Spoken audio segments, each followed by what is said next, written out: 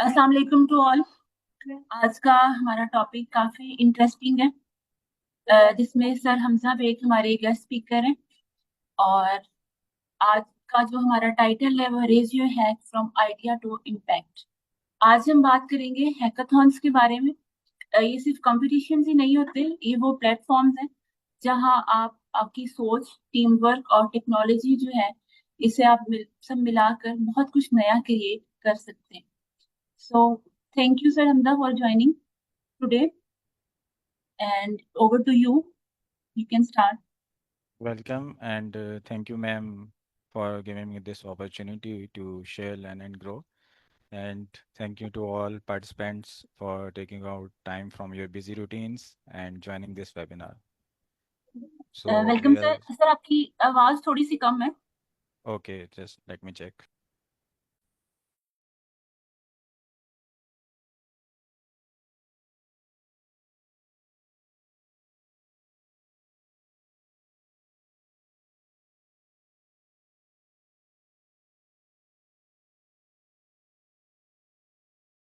Is it clear now? Yes sir, आप ठीक है। Okay. Okay. Okay. So we will start with the name of Allah. Bismillahirrahmanirrahim. आज का हमारा topic है रेज योर हैक, जो कि एक अपकमिंग हैकाथॉन है। लेकिन बेसिकली हम जो एक हैकाथॉन का वर्ड है उससे खुद को फेमिलियर भी करेंगे और देखेंगे कि हैकाथॉन क्या होता है और कितनी इजी चीज़ है और कितना इजीली हम इसमें पार्टिसिपेट करके एक बहुत बड़ी अचीवमेंट अपनी प्रोफाइल में या अपने पोर्टफोलियो में ऐड कर सकते हैं। मैम काइंडली जस्ट मुझे बताइएगा कि जो ऑडियंस हैं वो बिगनर लेवल पर हैं या इंटरमीडिएट लेवल पर हैं, मैं किस डिटेल में चीज़ों को एक्सप्लेन करूं। जी सर, हमारे पास मिक्स ऑडियो पार्टिसिपेंट्स हैं, हमारे पास ऑडियंस बिगनर्स भी हैं। ओके। जी। ठीक है, थैंक यू। अच्छा, सबसे पहले हम देखते हैं कि हैकाथॉन होता क्या है। टू बी ऑनेस्ट, जब मैंने ज़िंदगी में पहली बार ये वर्ड सुना हैकाथॉन, तो मुझे लगा कि पता नहीं कोई बहुत बड़ा कंपटीशन होगा जिसमें वहाँ जाना होगा और कोई टास्क मिलेंगे और हैक करके कोई साइबर सिक्योरिटी की चीज़ों को पता नहीं क्या अचीव करना होगा। इस वजह से मैं उससे वर्ड सुन के ही दूर भाग गया। लेकिन हैकाथॉन बेसिकली क्या है कि हमारे पास जब कोई नई टेक्नोलॉजी रिलीज़ होती है, जैसे चैट जीपीटी रिलीज़ हो गया, लामा रिलीज़ हो गया, डीप सीक पिछले दिनों रिलीज़ हुआ, या कोई भी हमारे पास नई टेक्नोलॉजी रिलीज़ होती है, तो वो कुछ हैकाथॉन्स कंडक्ट कर रही होती हैं वेबसाइट, उनसे कांटेक्ट करते हैं अपनी प्रमोशन के लिए कि आप हमारी जो नई टेक्नोलॉजी रिलीज़ हुई है इसकी बेस पर एक हैकाथॉन लॉन्च करें। तो वो वेबसाइट्स क्या करती हैं कि एक कोडिंग कंपटीशन लॉन्च करती हैं जिसके अंदर आपको वो जो एप्लीकेशन न्यू लॉन्च हुई है वो फ्री में मिल जाती है। तो ये एक बड़ा अच्छा चांस होता है कि हम बाकी लोग पीछे रह जाएं और हम उस नई टेक्नोलॉजी को जो हैकाथॉन में हमें फ्री मिल रही है 2-3 दिन के लिए, उसको अच्छे से यूटिलाइज करें और सीखें कि उस ये जो नई चीज़ है ये क्या है ये और दुनिया किस तरफ जा रही है। तो ये था ब्रीफ ओवरव्यू। उसके बाद देखते हैं कि इम्पोर्टेंस ऑफ हैकाथॉन्स स्कॉलरशिप में क्या होता है। स्कॉलरशिप में जैसे अब एक सब बंदे ही डिग्री तो कर रहे हैं, तो जिसकी सीवी के ऊपर हैकाथॉन का वर्ड होगा कि उसने हैकाथॉन में पार्टिसिपेट किया और एक प्रोजेक्ट बनाया, तो जाहिर बात है उसका ये काउंट होगा कि उसको कोई काम करना भी आता है, उसको सिर्फ थ्योरी नहीं आती बल्कि प्रैक्टिकल भी आता है और ही कैन मेक प्रोजेक्ट्स। क्योंकि कंपनी में आपने प्रोजेक्ट्स ही बनाने हैं, प्रोजेक्ट्स बने बनाए हैं, उनको मेंटेन करना है या न्यू प्रोजेक्ट्स बनाने हैं, तो आपकी सीवी में एक एक्स्ट्रा चीज़ ऐड हो जाती है। और जो जिस प्रोफेसर से आप कांटेक्ट कर रहे हैं उनको पता चलता है कि हाँ, ये जो बंदा है इसको इतनी अच्छी कोडिंग आती है या इतना अच्छा इसको अंडरस्टैंडिंग है अपनी थ्योरी जो इसने पढ़ी है सारी अपने डिग्री में, कि ये प्रोजेक्ट्स बना सकता है और 2-3 दिन के अंदर एक नई टेक्नोलॉजी सीख भी सकता है और उसको पूरा प्रोजेक्ट बना के सबमिट भी कर सकता है। और इसके अलावा क्या होता है हैकाथॉन्स में, डिफरेंट इंटरनेशनल हैकाथॉन्स में डिफरेंट लोग जगह के लोग होते हैं। ठीक है, ग्लोबली कहीं कोई कहीं का बंदा होगा, कोई कहीं का होगा, तो आपको चांस मिलता है कि आप पूरी दुनिया में लोगों से इंटरेक्ट करें और आपकी लिमिटेशंस भी टेस्ट होंगी। जैसे अब वहां पर रात होगी, यहाँ दिन होगा, यहाँ दिन होगा, वहाँ रात होगी। तो ये भी चीज़ पता चलती है कि how you manage your time और आपकी लिमिटेशंस क्या हैं काम करने की। और आपकी कम्युनिकेशन स्किल्स कैसी हैं, आप उन लोगों से इंटरेक्ट कैसे कर पाते हैं। और इससे फ़ायदा ये होता है कि जब आप प्रोफेसर से बात करते हैं इंग्लिश में, तो आपको वो एक नई चीज़ नहीं लग रही होती, क्योंकि आप ऑलरेडी अपनी टीम से हैकाथॉन में, कई सारे हैकाथॉन्स में बात कर करके कॉन्फिडेंस गेन कर चुके होते हैं। आपको बात करनी आती है कि बात कैसे करनी है और अपनी चीज़ को प्रेजेंट कैसे करना है। ठीक है। उसके अलावा नेक्स्ट पॉइंट ये है कि लोकल हैकाथॉन्स होते हैं वो स्टूडेंट्स को मिस यूज़ करने के लिए होते हैं, उनको अवॉइड करना चाहिए। अगर मिस यूज़ नहीं भी हो रहा तो उनका कोई इतना अच्छा गेन नहीं होता। हमें कोशिश करनी चाहिए कि हम इंटरनेशनल हैकाथॉन्स ज्वाइन करें, उसमें हमारे साथ इंटरनेशनल पार्टिसिपेंट्स हों, और उनके साथ हम उनकी जो चीज़ उन्होंने सीखी है उसको लर्न कर सकें। तो इसलिए हमें डिफरेंट प्लेटफॉर्म्स अवेलेबल हैं और इजीली अवेलेबल हैं। जैसे लैब लैब एआई एक प्लेटफॉर्म है, लैब लैब एआई पर थोड़े थोड़े दिनों बाद आपको हैकाथॉन्स अनाउंस होते रहते हैं, और आप उनको ही ज्वाइन कर लें तो वही बहुत रहते हैं। हाईकोर्ट ग्रुप पर ये प्रेफर किया जाता है कि हर मंथ एक हैकाथॉन ज्वाइन किया जाए, और ये कोई बहुत बड़ी चीज़ नहीं होती। लास्ट लाइन में यही लिखा हुआ है कि आपको कोई अपना लगेज पैक नहीं करना और कहीं दूर घर से नहीं जाना, बल्कि आप अपने लैपटॉप पर बैठे हुए अपने घर में ही पार्टिसिपेट करेंगे, एक हैकाथॉन को ज्वाइन करेंगे और टीम के साथ कंट्रीब्यूट करेंगे। So it is very easy. अच्छा, इसमें मज़े की बात यह है कि कोई प्रायर एक्सपीरियंस नहीं चाहिए, क्योंकि जाहिर बात है हैकाथॉन के अंदर न्यू टेक्नोलॉजी रिलीज हुई है, न्यू टेक्नोलॉजी पर सारे लोग काम कर रहे हैं, और वो न्यू टेक्नोलॉजी कोई टेक्स्ट बुक्स में तो हमने नहीं पढ़ी हुई। तो इसलिए इसमें मज़े की बात यह है कि कोई प्रायर एक्सपीरियंस नहीं चाहिए। आप हैकाथॉन में जाएंगे, वही जो आपका ज़्यादातर ये होता है, लैब लैब है पर वीकेंड पर हैकाथॉन होता है, फ्राइडे नाइट से संडे नाइट तक, तो इन 2 दिनों में ही आपने वो चीज़ सीखनी है।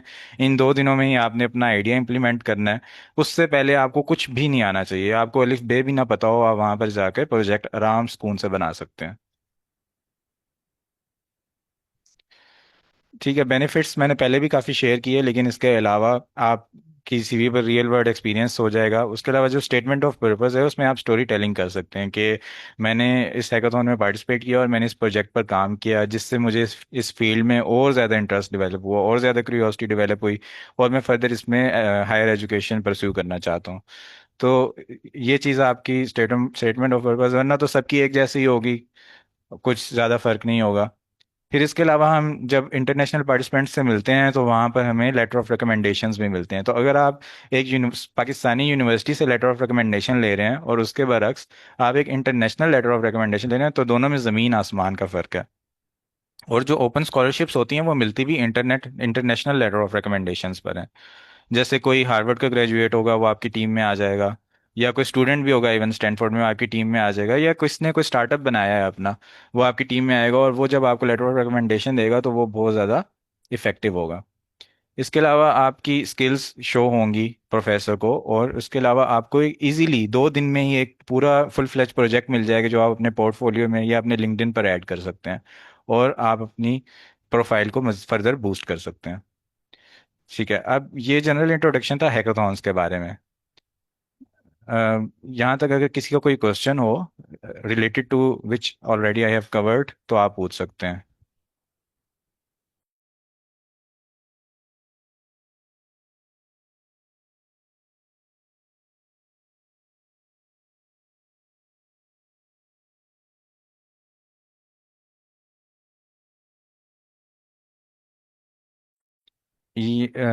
अगर किसी का कोई क्वेश्चन नहीं है तो हम आगे मूव करते हैं। सर, सर इमाद अहमद का क्वेश्चन ले लेते हैं। जी प्लीज़। जी सर इमाद, आप क्वेश्चन कर सकते हैं। अस्सलाम वालेकुम। This is gonna be my first hackathon. अगर कोई होता भी इवेंट तो वो डू यू अभी आगे आपने सारा बताना ही है मेरे ख्याल से, अभी तो पूरी क्लास है। तो शुड वी डू क्वेश्चंस अभी, या आप जब बता देंगे उसके बाद? मैं थोड़ी डिटेल में कुछ सवाल यस, होंगे। मैं काफ़ी डिटेल में इंशाल्लाह बताऊंगा, और मुझे जब मैंने चैट में देखा है ज़्यादातर बिगनर्स हैं, तो मैं उसी तरह से चीज़ें बताऊंगा इंशाल्लाह। उसके बाद भी कोई ठीक है। क्वेश्चन हो तो आप पूछ सकते हैं। जो अभी तक मैंने कवर किया है कि हैकाथॉन होता क्या है, और ये 2 स्लाइड्स थी, इनमें किसी का अगर कोई क्वेश्चन हो तो नहीं, वो अभी पूछ सकते हैं। जैसे कि आई फील लाइक एंड में क्वेश्चनिंग कर लेते हैं जब हम ओके थोड़ा ओके like श्योर। आगे गो थ्रू हो जाए। शुक्रिया। और काइंडली मेरी आप सबसे रिक्वेस्ट है, आप लोग अपने जो है ओरिजिनल नेम इस्तेमाल करें मीटिंग के दौरान। सर आप स्टार्ट कर सकते हैं नेक्स्ट। ओके, अभी हमारे पास एक अपॉर्चुनिटी है बहुत अच्छी, रेज योर हैक। ठीक है, ये हैकाथॉन स्टार्ट हो रहा है कल से और 8 जुलाई तक ये कंटिन्यू होगा। तो ये बहुत अच्छी अपॉर्चुनिटी इसलिए है कि इसके अंदर बिल्कुल लेटेस्ट टेक्नोलॉजी है एआई एजेंट्स की, जिसका काफ़ी ज़्यादा हाइप भी मची हुई है। तो वो चीज़ें जो है ना वो पेड हैं, तो वो हमें क्या होगा इस हैकाथॉन में फ्री यूज़ करने के लिए मिल जाएंगी। तो हम एक स्किल फ्री में सीख सकते हैं इस हैकाथॉन में। और वो चीज़ें जो पेड हैं, काफ़ी ज़्यादा एक्सपेंसिव हैं, वो हमें फ्री भी मिल जाएंगी इन 4 डेज़ के लिए। तो इस अपॉर्चुनिटी को मिस नहीं करना चाहिए। और आई वुड रिकमेंड कि अभी तक अगर किसी ने इसमें रजिस्टर नहीं।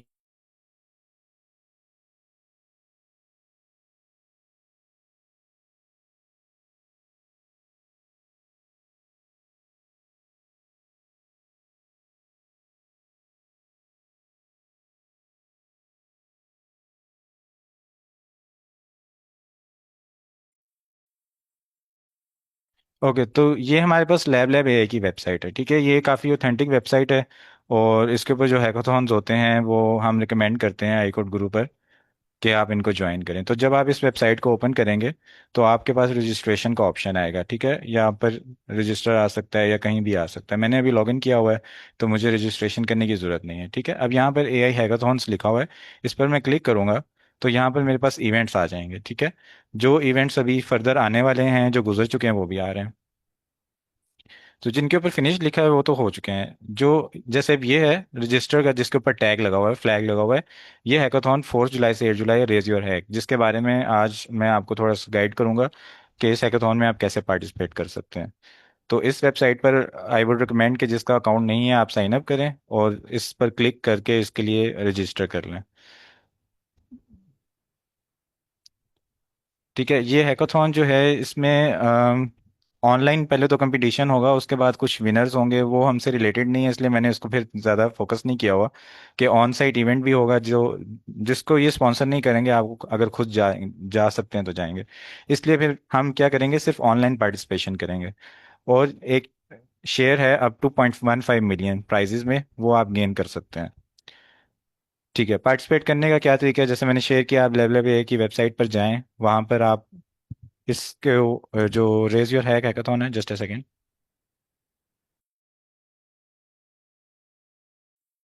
रेज योर हैक हैकाथॉन है, उसके लिए आप रजिस्टर करें और एक टीम बनाएं। जब आप टीम बना लेंगे तो जो टीम लीड होगा उसके पास एक मेल आएगी कि आप एक ट्रैक चूज करें। आई विल शो यू कि ये ट्रैक क्या चीज़ है। वो ट्रैक आपने चूज करना होगा, यानी उन्होंने कुछ चीजें बताई हुई हैं कि आपने इन चीजों के ऊपर काम करना है, ठीक है। तो जब आप वो चूज करेंगे ट्रैक, तो आपको स्पेसिफिकली उसी ट्रैक पर काम करना होगा, ठीक है। उसके बाद फिर आपको उस ट्रैक के अंदर सैंपल चैलेंजेस दिए गए हैं, आप वो भी पकड़ सकते हैं, या फिर आपके माइंड में कोई और अच्छा आइडिया आ रहा है आप उस पर भी ऐप बना सकते हैं। उसके बाद आपने अपना प्रोजेक्ट सबमिट करना है। ये सारी चीज़ें मैं आपको आहिस्ता आहिस्ता गाइड करूंगा कि ये सारी चीज़ें आप कैसे कर सकते हैं। जजिंग क्राइटेरिया हमें किसी भी टेस्ट से पहले बता होना चाहिए कि इस जो हम प्रोजेक्ट सबमिट कर रहे हैं या कोई हम टेस्ट कर रहे हैं या कुछ भी कर रहे हैं, उसके ऊपर हमारा जजिंग क्राइटेरिया क्या है। तो इसके अंदर देखा जाएगा एप्लीकेशन ऑफ टेक्नोलॉजी, उसके अलावा आपकी प्रेजेंटेशन कैसी है, बिजनेस वैल्यू कैसी है, और originality.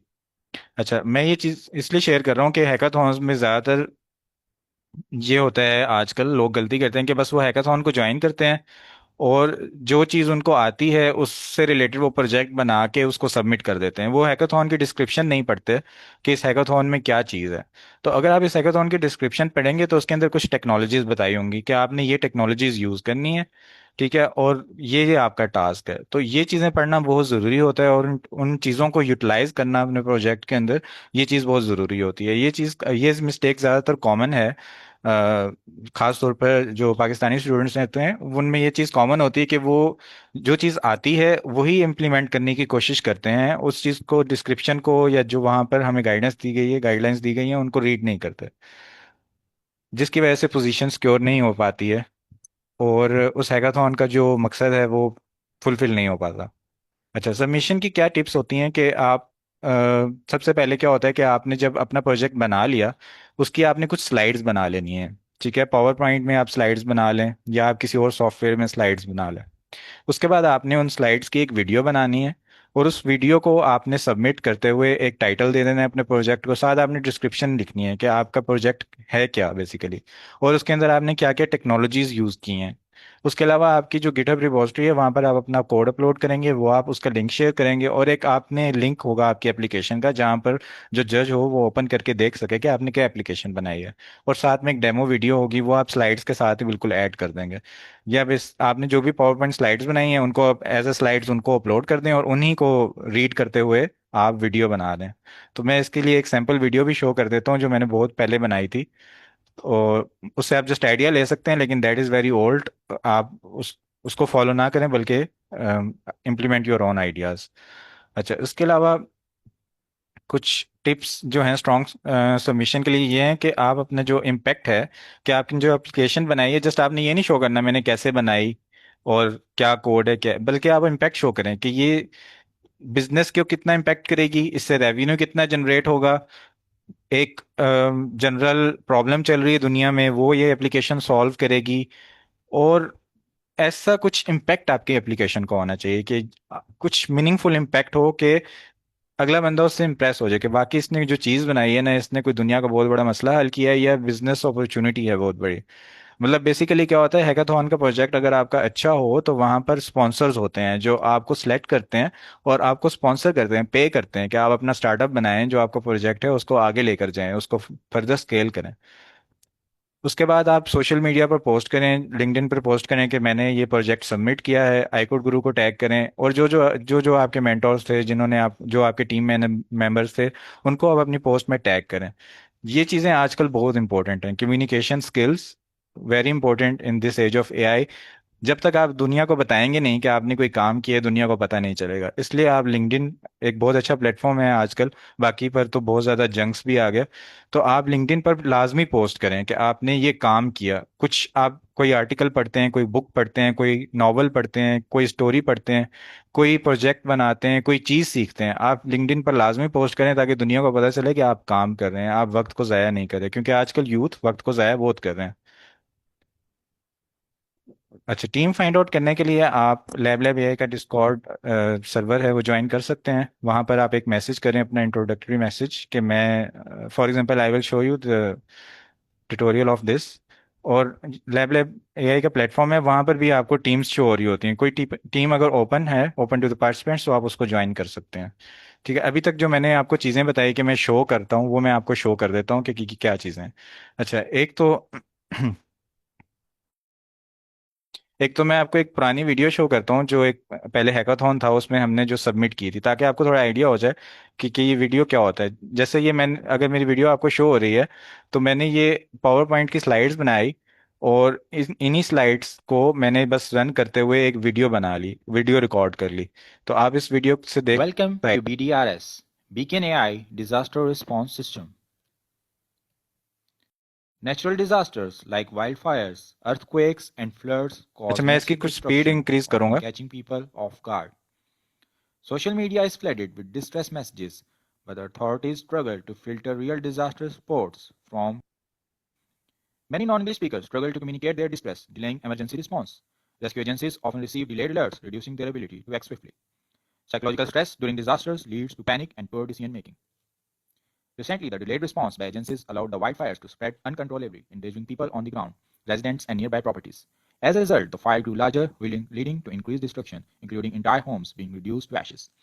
The worsening situation also contributed to a rise in looting and theft in evacuated neighborhoods, making it one of the costliest wildfire disasters in modern US history. Here comes the solution: Beacon AI Disaster Response System, which works in 4 phases: in mitigation, public education and awareness, hazard and vulnerability assessment, improved infrastructure. In preparedness phase, national emergency telecommunication and response plans, training and exercises, and early warning system. In response phase, communication and coordination, saving lives. In recovery, restoring telecommunications infrastructure, improving lives, recovery and rehabilitation of other services. Here are a few features. Real-time social media monitoring, which filters out disaster-related posts. It's transparent, user guidelines, and different design. It has drop-down options, and we can add further options in आप future. इस तरह What थोड़ा can सा future idea ले improvements? सकते हैं कि We can जैसे expand मैंने social media स्लाइड्स data को साथ sources, साथ रीड किया और real-time इस तरह satellite ही and weather इसके data साथ साथ integration, वीडियो and बना map ली, और साथ ही थोड़ा डेमो to शो solve कर more दिया business कि issues. मैंने क्या ऐप Wi-Fi बनाई हुई है। within 1 to 2 kilometer range. तो इस तरह से आप एक वीडियो बनाएंगे और उसको सबमिट कर देंगे। यही आपकी सबमिशन है, और यही स्लाइड्स भी आप as a PowerPoint submit कर देंगे। ठीक है, उसके अलावा डिस्कॉर्ड सर्वर में आपको शो कर देता हूँ। सॉरी सर, मैं इंटरप्ट कर रही हूँ सर। हाफिज जी साहब, आप प्लीज। अपने क्वेश्चन है इससे रिलेटेड? जी, इसका रिलेटेड है सर, आंसर कर दें। जी प्लीज। सर क्वेश्चन ले लें हम या लास्ट पर चलें या साथ साथ जी लेते जी, चलें? क्वेश्चन ले लें साथ साथ, जो अभी तक कवर हुआ है जस्ट उसके क्वेश्चन साथ साथ करते ना। चलें ठीक है सर, हाफिज साहब आप कर सकते हैं क्वेश्चन। सर, जी सर, मेरा क्या है कि एक तो आपका आइडिया है ना बड़ा अच्छा था, जिन दोनों में ये वाकया हुआ था, मेरा भी इस पे कुछ लिखने का प्लान था, क्योंकि एक डिमांडिंग चीज थी। तो सर इसका कोड हमें शो करवा सकते हैं, और आपके इस जो प्रोजेक्ट आपने बनाया है, इसको कितनी की वैल्यू मिली है, मतलब कितने स्टार्स दिए हैं आपको आते ना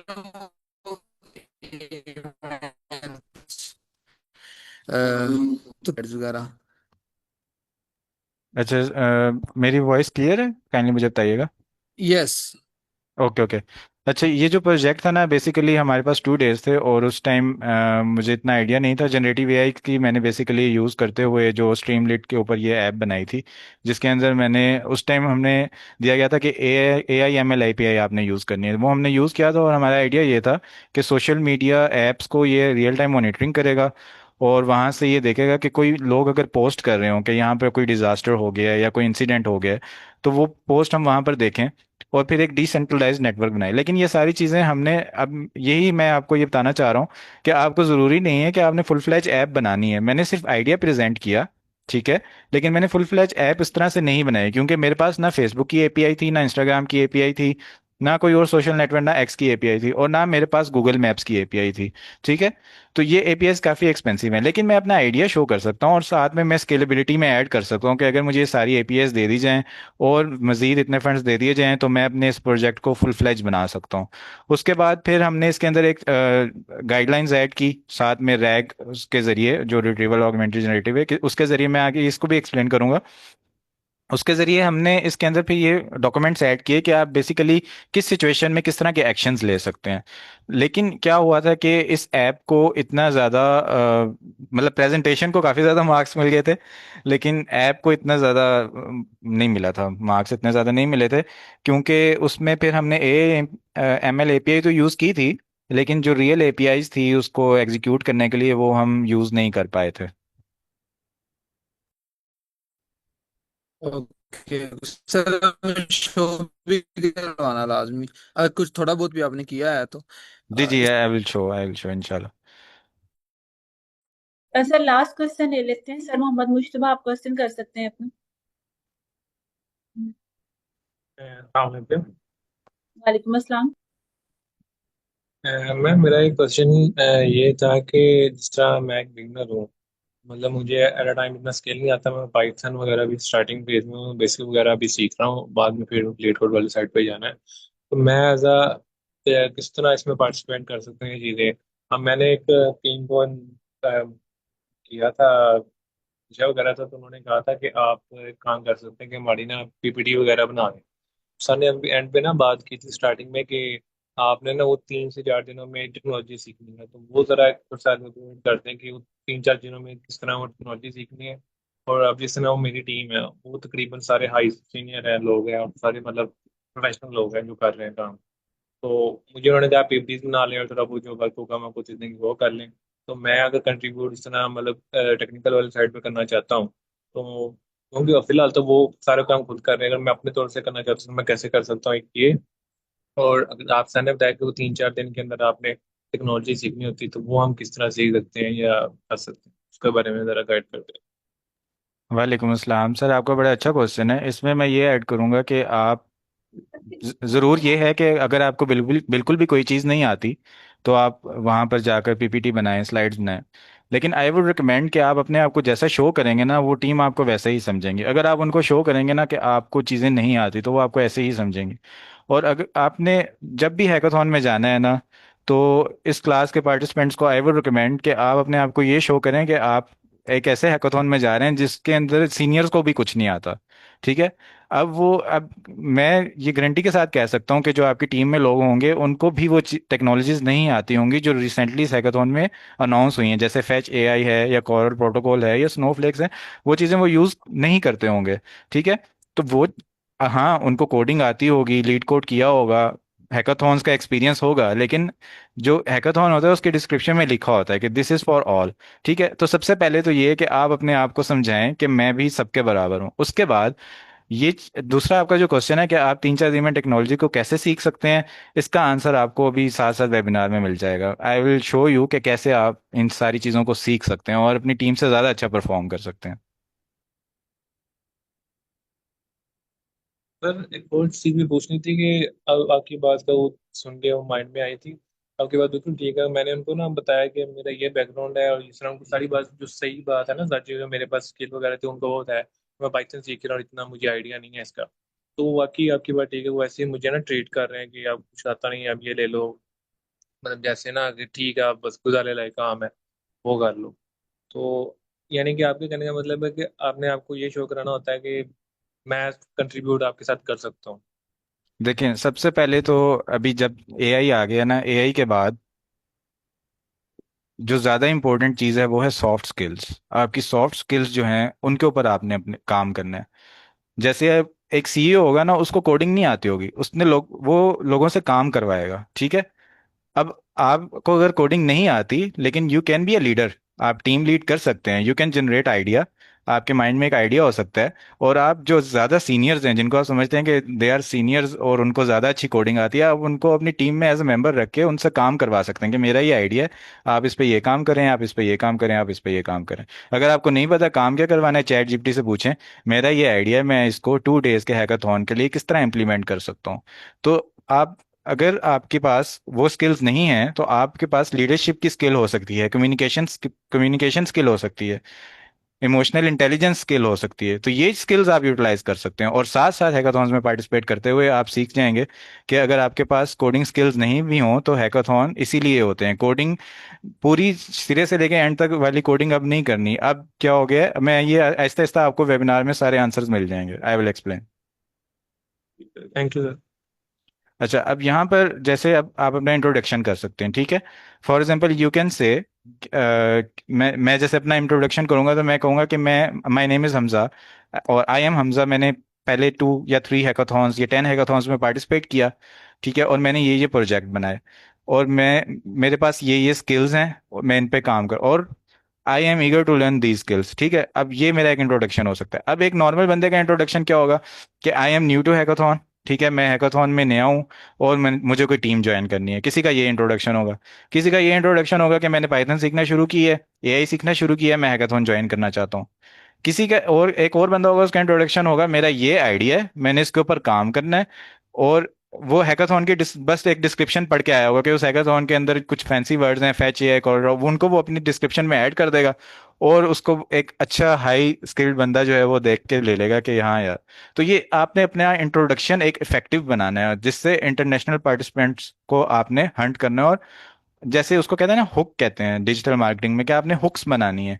आपका कोई डिस्क्रिप्शन देखे, कोई इंट्रोडक्शन देखे, तो वो इंप्रेस हो कि yes, this is the right person for the job. तो ये मैं बस शो करना चाह रहा हूँ कि ये डिस्कॉर्ड सर्वर है।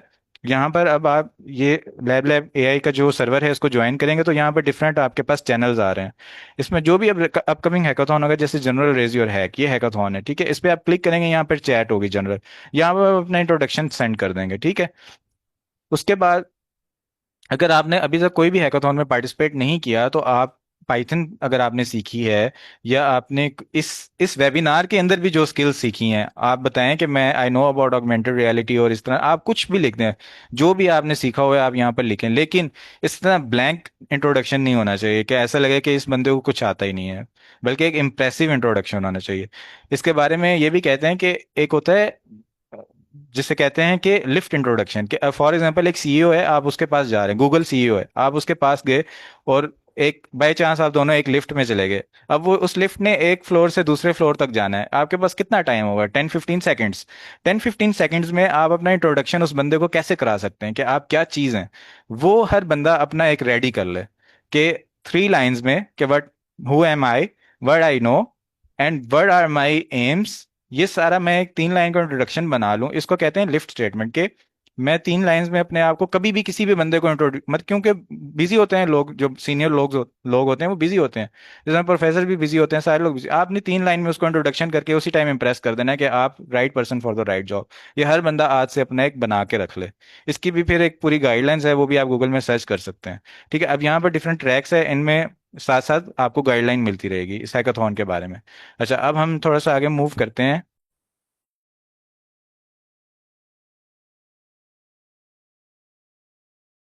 अच्छा, अब थोड़ा सा मैं बताऊंगा। अब इस हैकाथॉन में ना ज़्यादा फोकस है हमारे पास एआई एजेंट्स पर। तो जस्ट वो लोग हैंड रेज करते हैं जिनको एजेंटिक एआई या एआई एजेंट्स के बारे में थोड़ा बहुत नॉलेज है।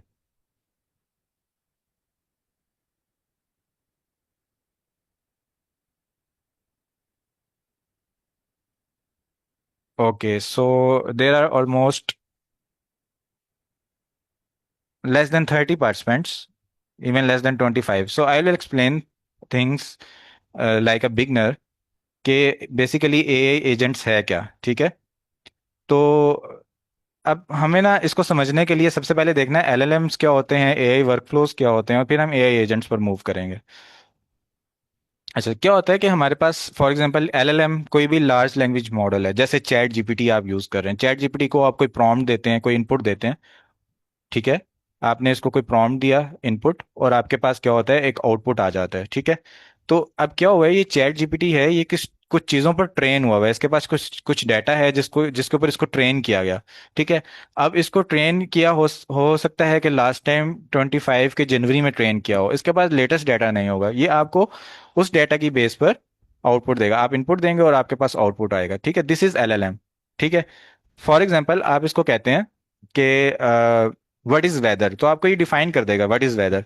बट आप इससे पूछते हैं what is whether now in Islamabad, तो ये आपको फिर उस तरह से नहीं बता पाएगा कि अभी इस्लामाबाद में क्या वेदर है, ठीक है। तो इसके लिए आप क्या कर सकते हैं, एक एआई वर्कफ्लो बनाते हैं, ठीक है। इसी एलएलएम की कैपेबिलिटी को यूज करते हुए आप एक्सटेंड कर देते हैं, इसके साथ एक और चीज ऐड कर देते हैं। फॉर एग्जांपल मैंने एक वेदर ऐप ऐड कर दी, ठीक है। अब वेदर ऐप मैंने इसके अंदर ऐड कर दी, तो क्या होगा, ठीक है। मैं इसको कोई इनपुट दूंगा, ये इस वेदर ऐप में सर्च करेगा कि अभी इस्लामाबाद का वेदर क्या है, और उसको आउटपुट दे देगा। अब बेसिकली इसका काम क्या है कि वेदर ऐप वैसे मैं देखता हूँ तो वहां पे तो मुझे वैसे वेदर शो हो रहा होता है। लार्ज लैंग्वेज मॉडल क्या करेगा, मेरी जो इनपुट है उसको प्रोसेस करेगा और इस वेदर को एक अच्छे से सेंटेंस बना के मुझे शो कर देगा, ये इसका काम होगा। इसी तरह मैं इससे पूछता हूँ कि व्हाट इज अ मीटिंग, इसको पता है कि व्हाट इज अ मीटिंग, मुझे एक्सप्लेन कर देगा। लेकिन मैं इससे पूछूं when is my next meeting with for example से एक्स वाई जी, तो इसको नहीं पता कि मेरी नेक्स्ट मीटिंग कब है। तो मैं क्या कर सकता हूँ कि जो मेरा गूगल कैलेंडर है वो मैं इसके साथ लिंक कर सकता हूँ, ठीक है। जब मेरा गूगल कैलेंडर इसके साथ लिंक हो जाएगा, तो ये क्या करेगा, मेरे गूगल कैलेंडर में से सर्च करेगा, देखेगा कि मेरी नेक्स्ट मीटिंग कब है, और मुझे वो बता देगा कि मेरी नेक्स्ट मीटिंग कब है। इसी तरह डिफरेंट एग्जांपल्स हो सकती हैं, ठीक है।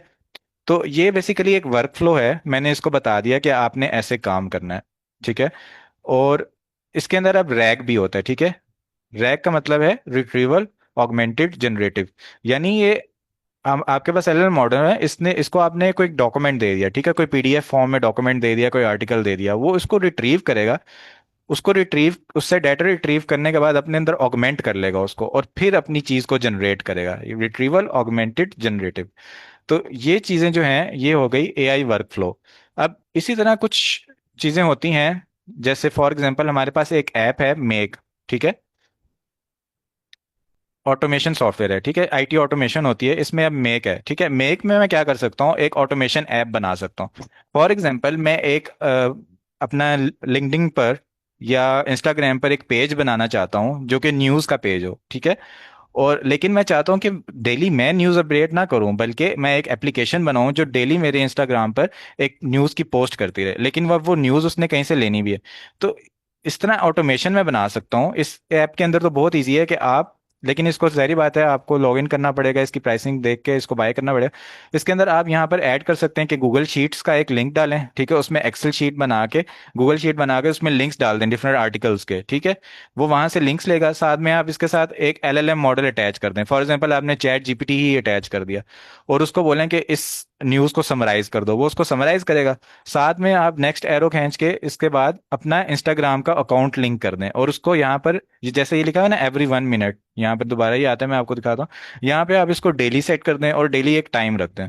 क्या होगा कि जो आपने इसको लिंक्स दिए हैं वो उससे खुद ब खुद ही लिंक से समराइज करेगा। फॉर एग्जांपल आपने उसको एक न्यूज़पेपर का लिंक दे दिया जो एक न्यूज़पेपर की वेबसाइट है, वो वहां से उठाएगा डेली न्यूज़ को, समराइज करेगा यूजिंग एलएलएम मॉडल, और आपके इंस्टाग्राम पर उसको पोस्ट कर देगा। इस तरह इसके अंदर एक रोटर ऐड करके आप डिफरेंट इंस्टाग्राम और इंस्टाग्राम राउटर से मतलब ये है कि आप जो पीछे एक चीज़ है उसको डिफरेंट फिर आगे इंस्टाग्राम, लिंक्डइन, फेसबुक डिफरेंट चीज़ों पर ऑटोमेटिकली पोस्ट कर सकते हैं।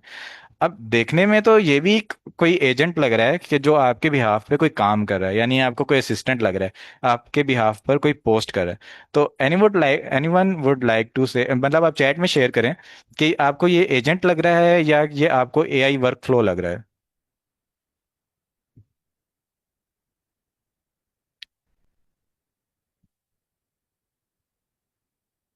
अगेन आई वुड से कि एक आपने शीट बनाई, उसके बाद आपके पास एक एलएलएम मॉडल आया, और उसके बाद आपके पास एक आउटपुट जनरेट हुई जो कि आपकी इंस्टाग्राम लिंक अकाउंट लिंक किया उसके ऊपर वो पोस्ट हो गई। तो ये सारा कुछ काम एक सॉफ्टवेयर कर रहा है। तो दिस इज एजेंट और दिस इज एआई वर्कफ्लो।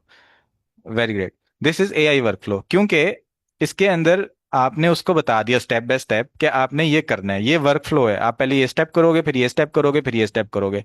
उसके बाद आपने इसको बता, इसके अंदर ना आप कुछ चेंजेस भी करेंगे। यहाँ पर आप अपना प्रॉम्प्ट ऐड करेंगे कि आपने इस न्यूज़ को समराइज करना है, इसके अंदर इस तरह की चीज़ें डालनी है, ये वर्ड्स एक्सक्लूड करने हैं, और आप थोड़े थोड़े दिनों बाद उन प्रॉम्प्ट्स को चेंज भी करोगे, इन लिंक्स को भी अपडेट करोगे। ये सारी चीज़ें आप खुद करोगे और आप इसको एक स्टेप्स बताए हुए कि आपने ये वर्क फ्लो फॉलो करना है। That's why it is a work flow, और ह्यूमन इंटरेक्शन इसके अंदर फिर भी हो रहा है। अगर मैं एक इसके अंदर एक रोबोट डाल दूं, ठीक है, जो कि एक एजेंट होगा, उसको बस मैं बताऊंगा कि मुझे इंस्टाग्राम पर पोस्ट कर दो, वो अब क्या करेगा, वो खुद देखेगा कि मैंने कहाँ से न्यूज़ लेनी है, उसकी मैंने जो शीट बनानी है वो वर्ड फाइल बनाऊं, या मैं कोई एक्सेल शीट बनाऊं, या मैं गूगल शीट में बनाऊं, या मैं किसी और सर्वर पर उसको अपलोड करूं। वो देखेगा उसके लिए बेस्ट अप्रोच क्या है उसकी। फिर उसके बाद वो देखेगा कि उस कौन सा एलएलएम मॉडल है वो उसको ज़्यादा अच्छा कंटेंट जनरेट करके दे रहा है। फिर उसके बाद वो उसको देखेगा कि इंस्टाग्राम पर उसको कैसे पोस्ट करना है। तो ये सारी चीज़ें जो हैं, ये जब एक बॉट करने लग जाए तो इसको हम कहेंगे कि ये एक एआई एजेंट है, ठीक है। अच्छा, अब इसके बाद यहाँ बेसिक कॉन्सेप्ट आ गया एआई एजेंट का इन इजी वर्ड्स, कि जिसके अंदर ह्यूमन इंटरेक्शन नहीं है और रीजनिंग इन्वॉल्व है। इसको साथ में हम कहते हैं अब साथ साथ क्या है कि ना मैं आपको कुछ वर्ड्स भी साथ साथ दिखाता जाता हूँ। अच्छा, एक वर्ड होता है रिएक्ट, रिएक्ट एजेंट, ठीक है। रिएक्ट एजेंट क्या होता है कि आर ई से बनता है रीजनिंग, ठीक है, और एक्ट वैसे ही एक्ट है, ठीक है। क्या करेगा, ये पहले रीजनिंग करेगा और इस रीजनिंग की बेस पे एक्ट करेगा, ठीक है। अब आगे हम देखते हैं कि इसमें क्या होगा बेसिकली, कि हमारे पास वैसे क्या होता है कि कोई भी हमारे पास एलएलएम मॉडल होता है उसमें जीरो शॉट होता है। जैसे हमने उसको कोई प्रॉम्प्ट दी और उसने उसके ऊपर कोई कोड जनरेट कर दिया ए टू जेड, और वो एक ही गो में उसको कोड को जनरेट करेगा, ठीक है। लेकिन एजेंट क्या करेगा, अपने आप के जो उसने चीज जनरेट की है उसको एनालाइज करेगा कि क्या उसने सही चीज जनरेट की है, क्या उसको कोई वेब सर्च करने की जरूरत है, क्या उसको किसी और चीज में सर्च करने की जरूरत है। पहले वो एक ड्राफ्ट बनाएगा, उसको एनालाइज करेगा क्या उसने ठीक किया है, और फिर उसको रिवाइज करेगा, और फिर आपको एक चीज, मतलब इसके अंदर आपके आप देख सकते हैं कि थिंकिंग और रिसर्च इन्वॉल्व हो जाती है, ठीक है। अच्छा, अब ये एंड्रयू एंज की बेसिकली स्लाइड्स हैं जो उन्होंने शेयर किया कि बेसिकली क्या होता है कि हम लोग सोच रहे होते हैं कि बिल्डिंग एआई एप्लीकेशंस की जो फाउंडेशंस है ना, उनके ऊपर ज्यादातर टेंशन आजकल गई हुई है कि सेमीकंडक्टर्स, क्लाउड इंफ्रास्ट्रक्चर, कि आप क्लाउड सीख लो तो आपको पता नहीं जॉब क्या हो जाएगा, फाउंडेशन मॉडल्स आप सीख लो। लेकिन वो कहते हैं कि बेसिकली जो ज्यादा इंपॉर्टेंट चीज है ना, जो ज्यादा अपॉर्चुनिटीज हैं, वो हैं एआई एप्लीकेशंस में, ठीक है। एआई एप्लीकेशंस इन चीजों को मिलकर जब बनती हैं, जिसके अंदर आपने क्लाउड को भी इन्वॉल्व कर दिया है, सेमीकंडक्टर्स भी पीछे कहीं इन्वॉल्व थे उस मॉडल की ट्रेनिंग में, फिर फाउंडेशनल मॉडल्स भी इन्वॉल्व हो गए, और उसके आउटकम में आपने जो एप्लीकेशंस बनाई उनके अंदर ज्यादा अपॉर्चुनिटीज हैं, ये एंड्रयू एंज का कहना है, ठीक है। अच्छा, अब क्या होता है हमारे नॉर्मल एलएलएम मॉडल में, आपने उनको बोला कि आप कोई कोड लिख कर दें, ठीक है, कोई आपने टास्क बताया, इस टास्क पर आप कोड लिखें, तो आपको वो कोड जनरेट करके देगा। फिर आप उसको बताएंगे कि नहीं नहीं, इसके अंदर तो मसला हो गया, मैंने जब इसको फलां जगह चलाया तो ये ऐसे हो गया, फिर वो दोबारा कोड आपको बना के देगा।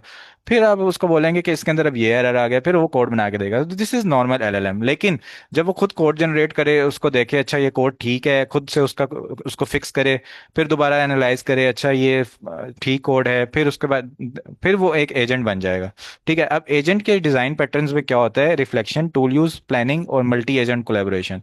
अच्छा, इसको मैं आसान अल्फाज में कहूंगा, और ये बड़ी इंपॉर्टेंट चीज है इस हैकाथॉन के लिए, इसलिए मैं इसको शो कर रहा हूँ कि अब आप लोग कहेंगे मतलब वेबिनार तो हैकाथॉन के, लेकिन एआई एजेंट्स कहाँ से आ गए?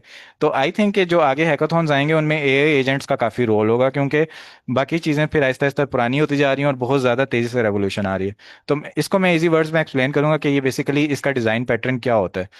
ठीक है। अब क्या हो गया कि जो हमने पहले स्लाइड देखी थी उसमें ये चीज़ नहीं थी, एजेंट ऑर्केस्ट्रेशन लेयर। अब ये चीज़ ऐड हो गई, एजेंट्स ऐड हो गए। ठीक है।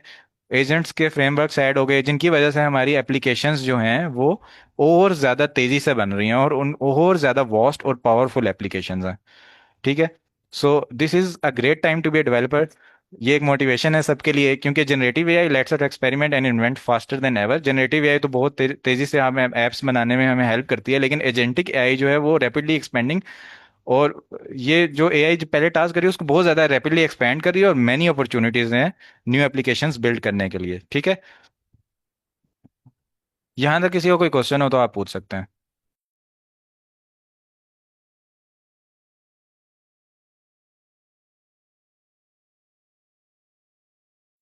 जी सर, उसामा बलोच, आप क्वेश्चन पूछ सकते हैं अपना। अस्सलाम वालेकुम सर। मेरा सर क्वेश्चन ये था कि अभी आपने जो एंट्री रैंक की एग्जांपल दी थी वो थोड़ा फिर से समझा देंगे, मेरे को थोड़ा समझ नहीं आई। वो आप एंट्री रैंक के रेफरेंस से कुछ बता रहे थे। जी, एंड्रयू एंज का जो थैंक यू। एक सेमिनार है अबाउट एआई एजेंट्स, उसमें वो कहते हैं कि ज़्यादातर अटेंशन लोग फाउंडेशंस ऑफ मॉडल्स पे देते हैं, कि मशीन लर्निंग सीख लेते हैं और डीप लर्निंग सीखने की कोशिश करते हैं। ठीक है। और सेमीकंडक्टर्स को सीखने की कोशिश करते हैं, क्लाउड कंप्यूटिंग को सीखने की कोशिश करते हैं, और फिर उसकी बेस पर लोग आगे बढ़ने की कोशिश करते हैं अपने करियर के अंदर। जैसे फॉर एग्जांपल एक बंदा क्लाउड कंप्यूटिंग सीख ली और उसने बोला कि मैंने क्लाउड कंप्यूटिंग में करियर बनाना है। ठीक है। तो फाउंडेशंस ये वाली नहीं, दूसरी फाउंडेशंस आपकी स्ट्रांग होनी चाहिए, जो कि आई कोड गुरु पर हम सिखाते हैं कि लीड कोड, लॉजिक बिल्डिंग, ये चीज़ें आपकी स्ट्रांग होनी चाहिए। जिसकी वजह से क्या होगा कि कोई भी नई ट्रेंडिंग टेक्नोलॉजी आएगी ना, आप उसको एक ही दिन में या 2 दिन में या 3-4 दिन में सीख जाएंगे, क्योंकि आपकी फाउंडेशन स्ट्रांग होगी। अब क्या होता है, नया वर्ड आता है, बड़ा फैंसी लगता है, अब ये क्या हो गया, फिर आप उसको पढ़ते हैं, फिर आप उसको देखते हैं कि हाँ ये तो बड़ी इजी चीज़ है। तो उसमें वो कहते हैं कि जो ज़्यादा अपॉर्चुनिटीज़ हैं ना, बहुत वो हैं एआई बिल्डिंग में, क्योंकि क्लाउड स्ट्रक्चर एक अलग से चीज़ है, सेमीकंडक्टर एक अलग से चीज़ है। ठीक है। और एजेंटिक एआई के जो मॉडल्स हैं वो अलग से चीज़ें हैं, लेकिन जो एप्लीकेशंस होती हैं वो उन सारी चीज़ों को इंटीग्रेट करके बन रही होती हैं। और जो बेसिकली कंपनीज होती हैं उनका क्या मकसद होता है? पैसा कमाना। ठीक है। और वो जब सॉफ्टवेयर इंजीनियर को हायर करते हैं वो कहते हैं कि इस सॉफ्टवेयर इंजीनियर ने हमारा कितना रेवेन्यू इंक्रीज किया। तो इसीलिए फिर वो कहते हैं कि जो ज़्यादा अपॉर्चुनिटीज लाया करती है वो लाया करती है एप्लीकेशन बिल्डिंग के अंदर, जिसके अंदर आप इन सारी टेक्नोलॉजीज को इंटीग्रेट करके कोई एप्लीकेशन बनाते हैं, जिससे आप कोई हेल्थ की प्रॉब्लम सॉल्व करते हैं, कोई एजुकेशन की प्रॉब्लम सॉल्व करते हैं, या दुनिया के अंदर कोई प्रॉब्लम चल रही है आप उसको सॉल्व करते हैं। जी सर, आकिब जावेद, आप क्वेश्चन कर सकते हैं अपना। सर आपने ये एंट्री एनजी के जनरेटिव एआई वाली कोर्सेज स्लाइड दी थी, क्योंकि मैं भी उनके काफ़ी कोर्सेज कर रहा हूँ। नहीं नहीं, ये मैंने बेसिकली ली है,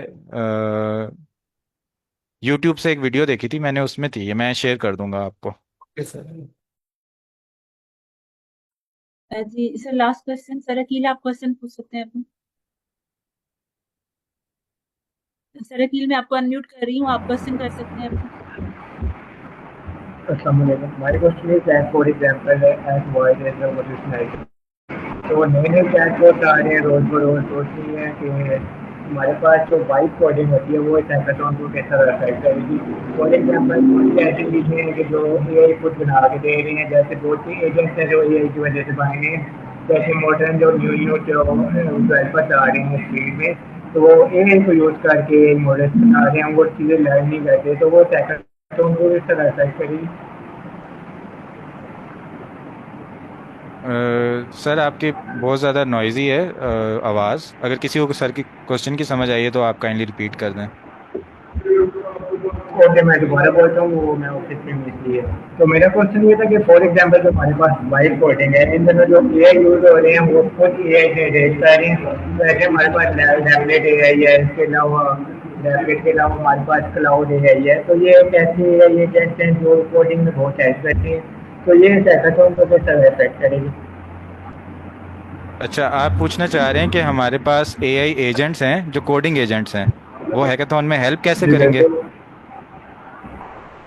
वो हैकाथॉन में अपना क्या किरदार अदा करेंगे, क्या ये यूज करना ठीक है या नहीं है। फॉर एग्जाम्पल जी जो जी हमारे पास न्यू कमर्स होते हैं कोडिंग में, तो वो जो कोडिंग में न्यू कमर्स होते हैं वो कोडिंग नहीं सीखते, वो डायरेक्टली मूव आउट होते हैं इन टूल्स से, कोडिंग पे रिलाई करके मॉडल्स बना देते हैं। तो इससे क्या है, ये आप एक्सप्लेन करेंगे। जी बिल्कुल बिल्कुल आपका क्वेश्चन मुझे समझ आ गया। इसमें यही है कि आपने बिल्कुल उन्हीं सॉफ्टवेयर्स को यूज़ करके ही कोडिंग करनी है, बिकॉज आप जो हार्ड एंड फास्ट जो वैसे एक ट्रेडिशनल कोडिंग है या कन्वेंशन कोडिंग है वो आप नहीं कर सकते एक दो दिन के हैकाथॉन में। तो आपने जितनी भी ओपन रिसोर्सेज हैं आपने उनको यूज़ करते हुए आपने अपना बस एक आइडिया बनाना है कि आपका आइडिया क्या है। उसके बाद उस आइडिया को इम्प्लीमेंट करने के लिए आप जितनी भी रिसोर्सेज अवेलेबल हैं आप सब रिसोर्सेज यूज़ कर सकते हैं। और अभी हम ये देखेंगे भी उसकी सही इसको आगे। ठीक है। इसके अलावा जी ये सर है कि आप। जो इसके अलावा जो स्क्रैच के टूल बनते हैं, मुख्तलिफ जो टूल्स होते हैं वो स्क्रैच से बने हुए होते हैं, जैसे N8N है हमारे पास, N8N आ गया। इसके अलावा और भी बहुत से टूल्स हैं जो स्क्रैच से हमें ये मॉडल बनाने में हेल्प करते हैं। तो वो क्या किरदार अदा करेंगे। अच्छा इसमें यह है कि बेसिकली ना आपको कुछ हैकाथॉन में ना रिस्ट्रिक्शंस दे दी जाएंगी कि आपने ये चीज़ यूज़ करनी है। फॉर एग्जांपल इस हैकाथॉन में ये है कि आपने ग्रॉक एपीआई यूज़ करनी है। उसके अलावा आपका जो आइडिया है अगर आपको उसका कोई ऐसा फ्रेमवर्क पता है जिससे आप उसको इम्प्लीमेंट करके एक एप्लीकेशन की फॉर्म में ला सकते हैं, तो आप बस क्या करें कि ये जो इन्होंने कुछ रिस्ट्रिक्शंस लगा दी ना कि ये काम आपने ज़रूरी ज़रूरी करने हैं, ये वाली टेक्नोलॉजीज आपने ज़रूरी ज़रूरी इंक्लूड करनी है, वो बस आप करें। उसके अलावा आप जो मर्जी करें, उसके अंदर कोई रिस्ट्रिक्शन नहीं है। ठीक है, समझ लो। Thank okay last question before next material. Yes sir. Sir Mohammad Sajjad आप क्वेश्चन कर सकते हैं अपना। सलाम सर। वालेकुम सलाम।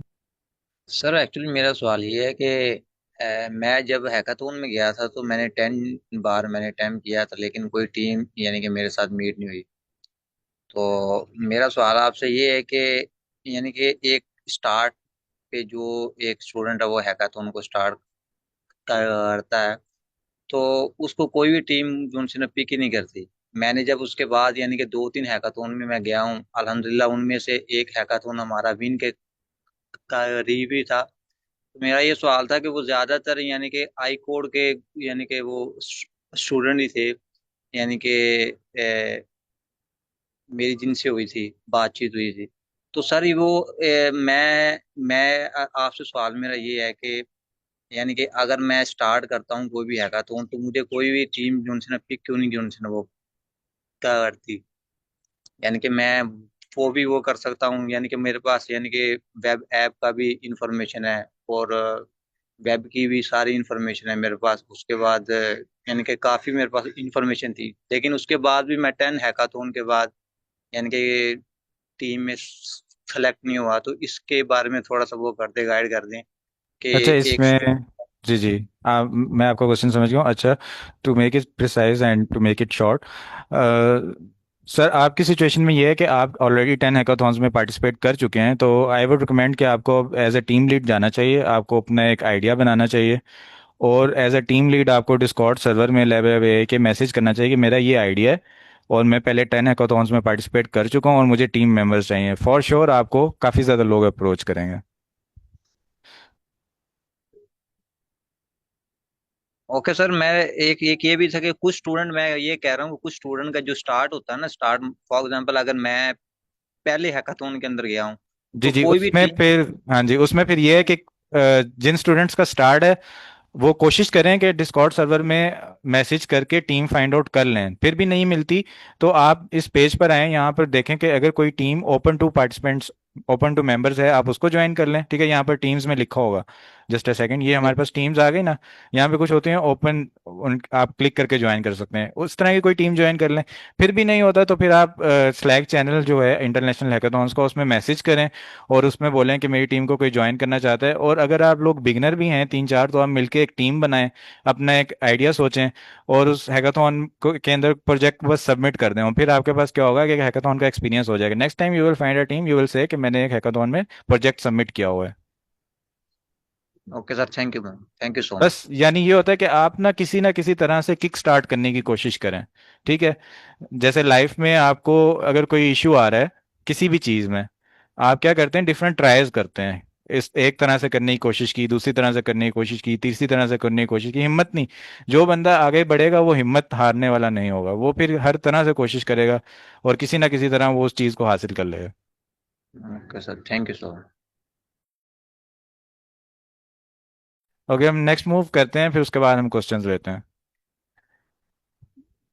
अच्छा, अब हम देखते हैं कि हमारा जो अपकमिंग हैकाथॉन है, सबसे पहले तो ये कि मैंने आपसे शुरू में रिक्वेस्ट की थी कि जो पार्टिसिपेंट्स हैं वो लाजमी रजिस्टर कर लें इस हैकाथॉन के लिए, क्योंकि ये काफ़ी अच्छा हैकाथॉन है और इसके अंदर ये देखें काफ़ी ज़्यादा टेक्नोलॉजीज हैं। Grok, Meta, Snowflake, fetch AI, Coral protocol, हमारे जो ट्रैक्स हैं, ब्लैक बॉक्स और ये सारी चीज़ें। अगर आपको कुछ भी नहीं आता तो इन्होंने लिखा होता है यहाँ पर, जो आपके एक्सप्लेनेशन होगी ना इनकी फर्दर डिस्क्रिप्शन, उसमें लिखा होगा कि इसके लिए जो एलिजिबिलिटी क्राइटेरिया है कि अगर आपको कुछ भी नहीं आता ना फिर भी ज्वाइन करें। जस्ट अ सेकेंड, यहाँ पर एंड पर आप देख सकते हैं। ठीक है। You can check out tutorials pages for more information. मतलब आपको कुछ भी नहीं आता फिर भी हैकाथॉन ज्वाइन करें। अच्छा, अब इसके बारे में देखते हैं कि ये इस हैकाथॉन में क्या चीज़ है बेसिकली। ये हैकाथॉन है 4 डेज का, और इसके अंदर क्या होगा कि हमारे पास ना डिफरेंट ट्रैक्स हैं। अब जब हम एक टीम बनाएंगे ना, तो हमारा जो टीम लीड होगा उसको मेल आएगी जिसमें एक फॉर्म दिया जाएगा कि आप फिल करें कि आपने कौन सा ट्रैक चूज करना है। ठीक है। तो हमारे पास जो ट्रैक्स यहाँ पर अवेलेबल हैं मैं आपको शो करता हूँ। ये हमारे पास डिफरेंट ट्रैक्स हैं, just let me zoom out.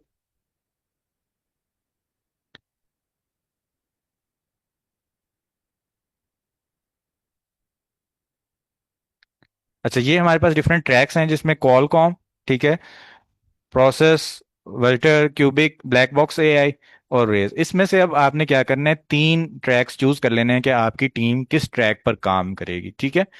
For example आपकी टीम कहती है कि हमने प्रोसेस पे काम करना है। अच्छा, कॉलकॉम क्या है कि ये कॉलकॉम में ना उन्होंने एक इक्विपमेंट भी आपको साथ देना था। ठीक है। लेकिन क्या हुआ कि इसके अब limited device availability, limited devices हैं, तो अब इसके अंदर कोई टीम एक्सेप्ट नहीं हो रही। बाकी में आप अप्लाई कर सकते हैं। अब फॉर एग्जांपल ये ट्रैक है, इसके अंदर उन्होंने ना आपको बताया गया है कि आपने क्या करना है बेसिकली। ठीक है। अब इसमें आपने क्या करना है कि एक एजेंट बनाना है। ठीक है। Agent powered e commerce app बनानी है जो क्या करेगी, फूड ऑर्डरिंग होगी उसके अंदर। ठीक है। ट्रैवल बुकिंग होगी। और मतलब ये डिफरेंट आइडियाज हैं। ये इस तरह का एक काम करे या इनमें से सारे काम करे। प्रोडक्ट मार्केट प्लेस होगा। अच्छा, अब आपकी जो ऐप है वो रीयूजेबल यूजर प्रोफाइल होनी चाहिए।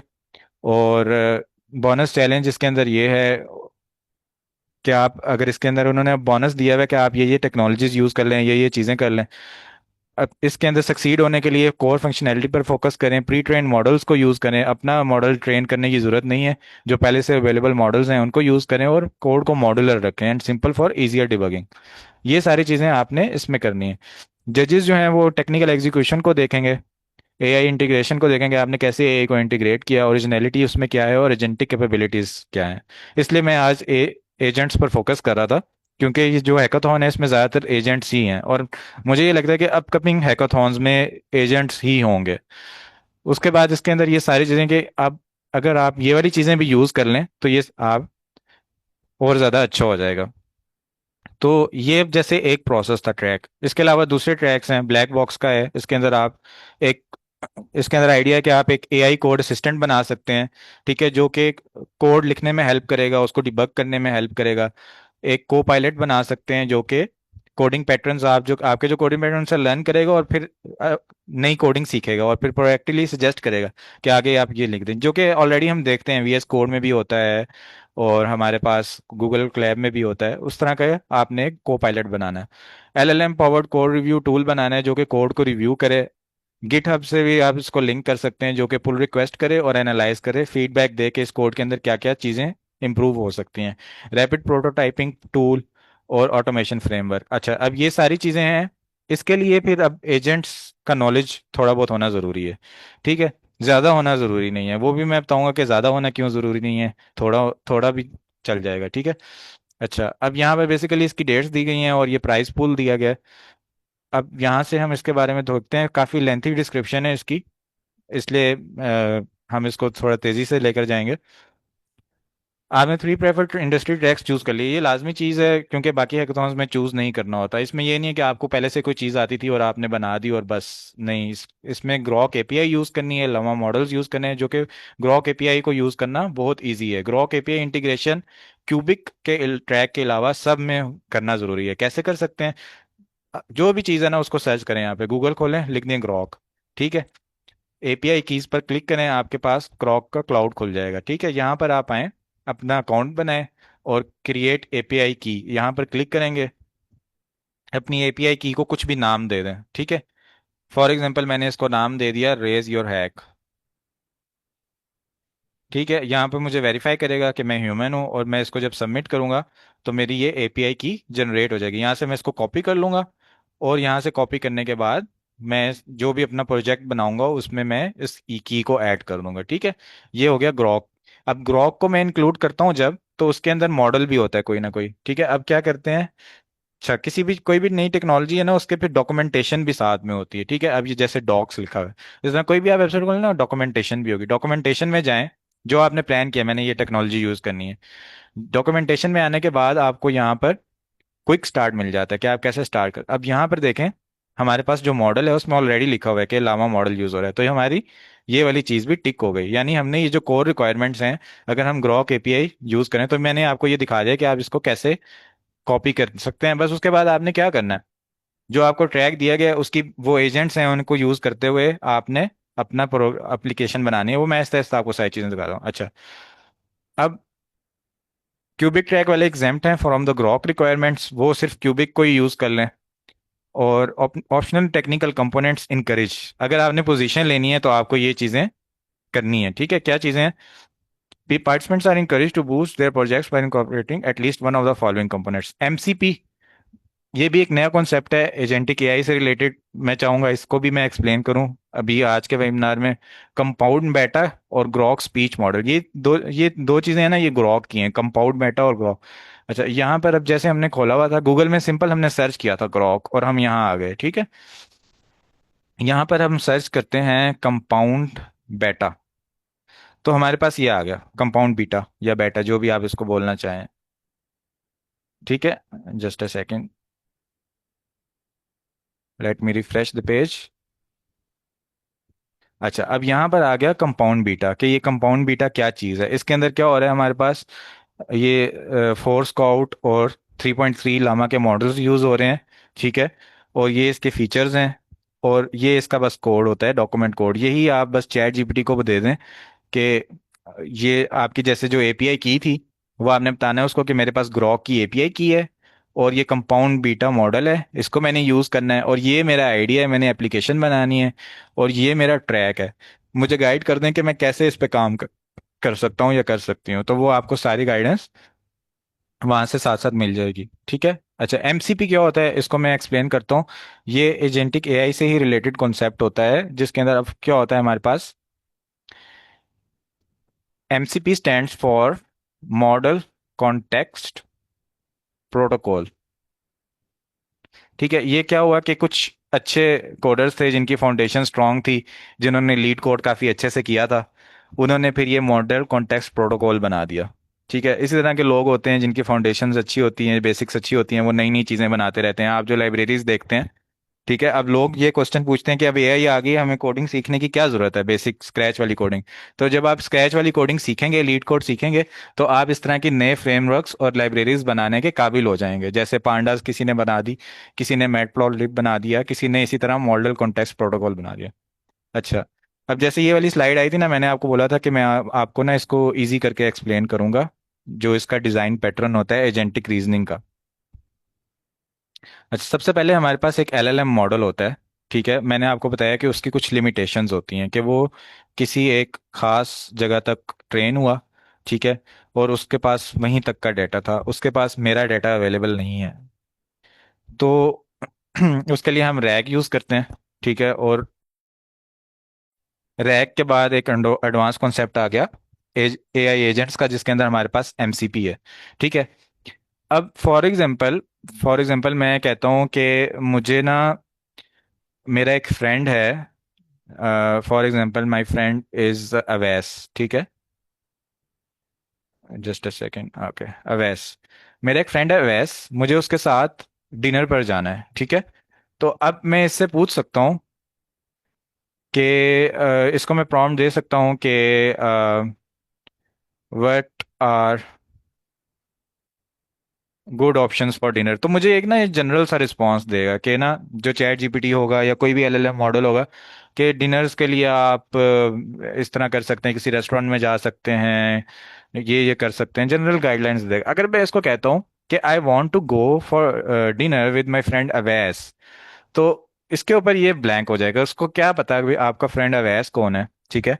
और साथ में इसको आप कहते हैं कि please do reservation for me, आप किसी रेस्टोरेंट में मेरे लिए रिजर्वेशन भी कर दो, मैं हूँ और अवैस है, हम दोनों ने दो बंदों की रिजर्वेशन भी कर दो। तो ये इसकी लिमिटेशन आ जाती है, अब ये चीज़ नहीं कर सकता, ठीक है।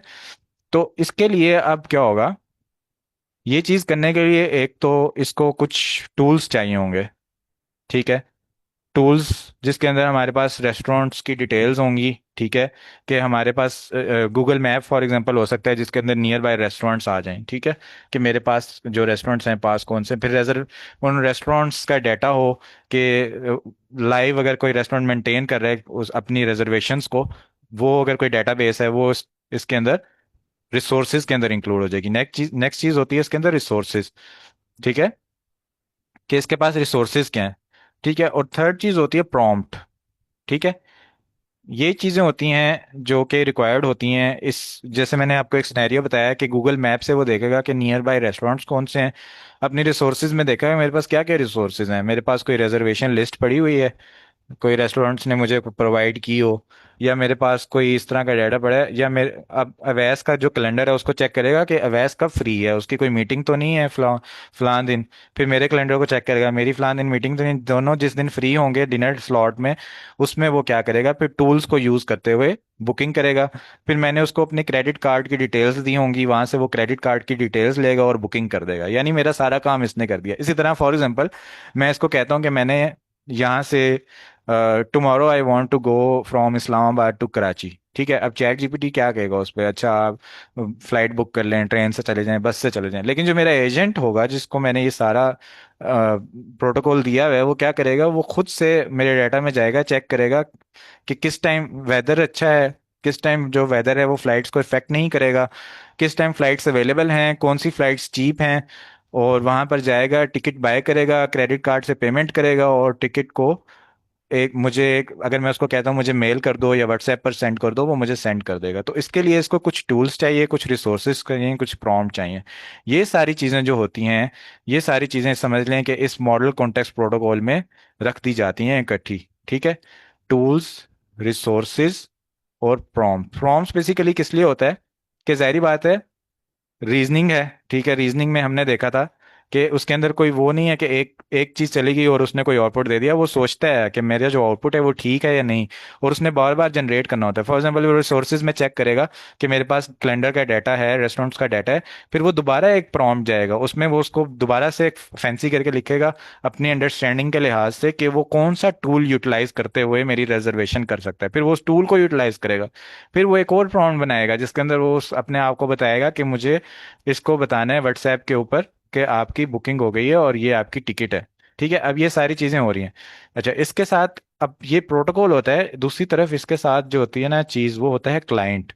जैसे होता है ना हमारे पास क्लासेस होती हैं और ऑब्जेक्ट्स होते हैं, ऑब्जेक्ट्स को हम इंस्टेंस भी कहते हैं कि उस क्लास की कोई इंस्टेंस है, ठीक है। इसी तरह हमारे पास होता है मॉडल कॉन्टेक्स्ट क्लाइंट, जो कि समझ लें कि यहाँ पे मेरे पास इस प्रोटोकॉल की एक इंस्टेंस है, जैसे क्लास की एक इंस्टेंस बन गई ना, इस प्रोटोकॉल की एक इंस्टेंस है, इसके अंदर तो काफी ज्यादा डाटा है। क्या होता है कि फॉर एग्जांपल एक कंपनी है, बहुत बड़ी कंपनी, उसके अंदर ना डिफरेंट टीम्स डिफरेंट प्रोजेक्ट्स पर काम कर रही हैं, लेकिन उन्होंने रैक को भी इंक्लूड किया हुआ है, उस कंपनी का अपना डाटा भी है, एम्प्लॉय डाटा है, सारा डाटा। अब अगर मैं मॉडल कॉन्टेक्स्ट प्रोटोकॉल को ऐड नहीं करूंगा, नॉर्मल रैक करूंगा, तो हर टीम के पास अपना अपना एक छोटा छोटा रैक का बना होगा, ठीक है। हर कंपनी अलग से रिसोर्सेज इस्तेमाल कर रही होगी, अलग से डेटाबेस को यूटिलाइज कर रही होगी, अलग से क्यूरीज भेज रही होगी, अलग से सारी चीजें चल रही होंगी, हर किसी का अपना एक मॉडल बन रहा होगा रैक का। लेकिन अगर मॉडल कॉन्टेक्स्ट कॉन्टेक्स्ट प्रोटोकॉल होगा तो एक सेंट्रलाइज्ड हमारे पास मॉडल बन जाएगा। उस सेंट्रलाइज्ड मॉडल के अंदर हमारे पास सारी रिसोर्सेज टूल्स होंगे, और वो जितनी भी टीम्स हैं, बड़ी कंपनी के अंदर 100 टीम्स हैं, 1000 टीम्स हैं, वो सारी इस मॉडल कॉन्टेक्स्ट प्रोटोकॉल से अपनी एक इंस्टेंस बना के जितनी रिसोर्सेज यूटिलाइज करनी है सिर्फ उतनी रिसोर्सेज को बस यूटिलाइज कर लेंगी। ठीक है। उसके अंदर फिर क्या होता है, हमारे पास जेसन के अंदर कम्युनिकेशन होती है, जो हमारे जेसन फॉर्मेट में चीज़ें इधर जाती हैं। जैसे मैंने यहाँ पर एक इंस्टेंस बनाई और मैंने जो सारा सिनेरियो था वो इसको एज अ प्रॉम्प्ट पेश किया। इसने सारी एनालाइज किया क्या रिसोर्सेज हैं, किनको इस टाइम यूज़ करना है, कौन से टूल्स इस्तेमाल करने हैं, वो सारी चीज़ें करके फिर ये एलएलएम मॉडल को देगा। और एलएलएम मॉडल मुझे अच्छा सा इंग्लिश में आउटपुट बता देगा कि आपका ये काम था और वो हो गया, और ये आपकी रिजर्वेशन है, ये आपकी टिकट है, या फलां दिन आपकी रेस्टोरेंट में बुकिंग हो गई है। This is AI agent reasoning thinking. यहाँ तक किसी का कोई क्वेश्चन हो तो आप पूछ सकते हैं।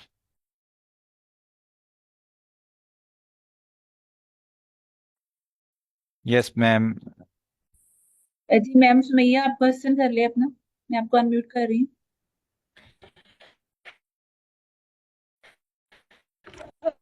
अस्सलाम वालेकुम सर, एम वालेकुम ऑडिबल? अस्सलाम।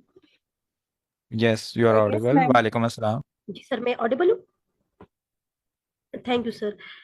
सर मैंने असल में अभी ज्वाइन किए, और आपका ये जो टॉपिक है काफ़ी इंटरेस्टिंग है, और ये जो थोड़ा सा आपने ये जो डायग्राम बताई है ना, अगर आप इसको समराइज कर दें कि अभी तक जो डिस्कशन हुई है, या सर ये इवन एक क्वेश्चन भी आ गया कि can we get summary in last 15 minutes. मेरी सर रिक्वेस्ट है, मैं अगर आप थोड़ा सा मैम, इसको काइंडली एक आप 5 मिनट्स ये में अगर सेशन जो समराइज कर होगा, दे अभी तक जो आपने कवर किया। Thank you so much. Sorry ma'am मैं इंटरप्ट कर रही हूँ, ये सेशन हमारा फेसबुक पर अवेलेबल होगा, आप वहां से कंप्लीट इसे देख सकती हैं। सर अगर आप इसमें अच्छा, ये जो जी जी। अभी यहाँ पे हो रहा है वो तो एक्सप्लेन। सर ओके अगर आप मैम। इसमें कुछ ऐड करना चाहते हैं तो कर सकते हैं, अदरवाइज हमारी रिकॉर्डिंग इसकी अवेलेबल है एफबी पर, आप वहां से कंप्लीट देख सकती हैं। ठीक है।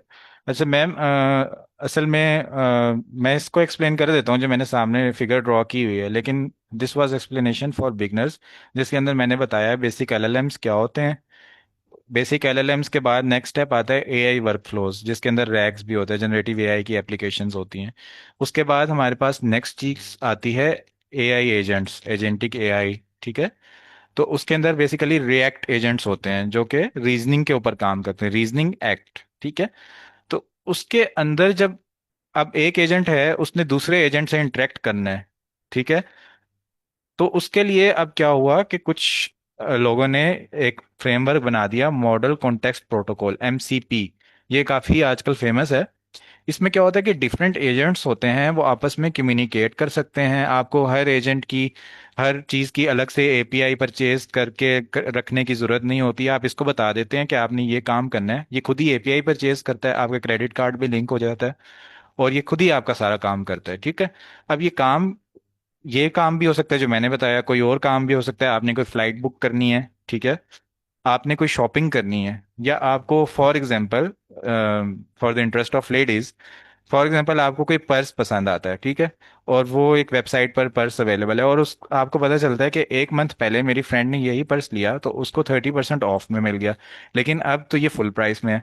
तो आप चाहती हैं कि आप भी 30% ऑफ मिलें, तो आप एक एजेंट बना सकती हैं जो कि उस वेबसाइट को मॉनिटर करेगा, और जब उसके ऊपर सेल लगेगी खुद ब खुद ही आपका क्रेडिट कार्ड से उसको परचेज करके आपके घर पर वो पर्स पहुंच जाएगा। अब वो चीज़ काम कैसे करेगी?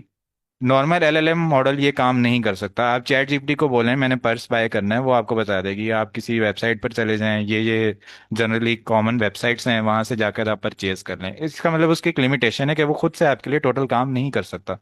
उसके लिए फिर क्या होता है, हमें फर्दर कुछ रिसोर्सेज चाहिए होती हैं। तो the capability of LLM model और AI models to interact with other resources available globally, basically this is MCP, model context protocol. इसके अंदर हमारे पास क्या होता है, डिफरेंट रिसोर्सेज होते हैं। रिसोर्सेज में हमारे पास फाइल्स हो सकती हैं, कोई डाटा हो सकता है, ठीक है, कोई लिस्ट्स हो सकती हैं। जैसे फॉर एग्जांपल आपने शॉपिंग करनी है तो शॉपिंग आइटम्स की लिस्ट हो सकती है, कोई वेबसाइट्स की लिस्ट हो सकती है जहां पर वो आइटम्स अवेलेबल है। ये सारी चीज़ें रिसोर्सेज में होंगी। टूल्स में क्या होगा, टूल्स में ऐसे टूल होंगे जो कि क्रेडिट कार्ड से पेमेंट कर सकते हैं, उस वेबसाइट को ब्राउजर को ओपन करके उस वेबसाइट को ओपन कर सकते हैं, ये टूल्स होंगे।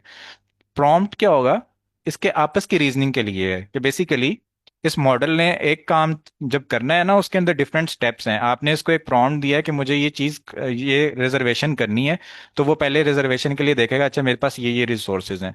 आपकी जो इंस्टेंस क्रिएट होगी उसमें वो रिसोर्सेज आ जाएंगी। फिर उसके बाद वो देखेगा कि इन रिसोर्सेज में से मेरे काम की कौन कौन सी हैं।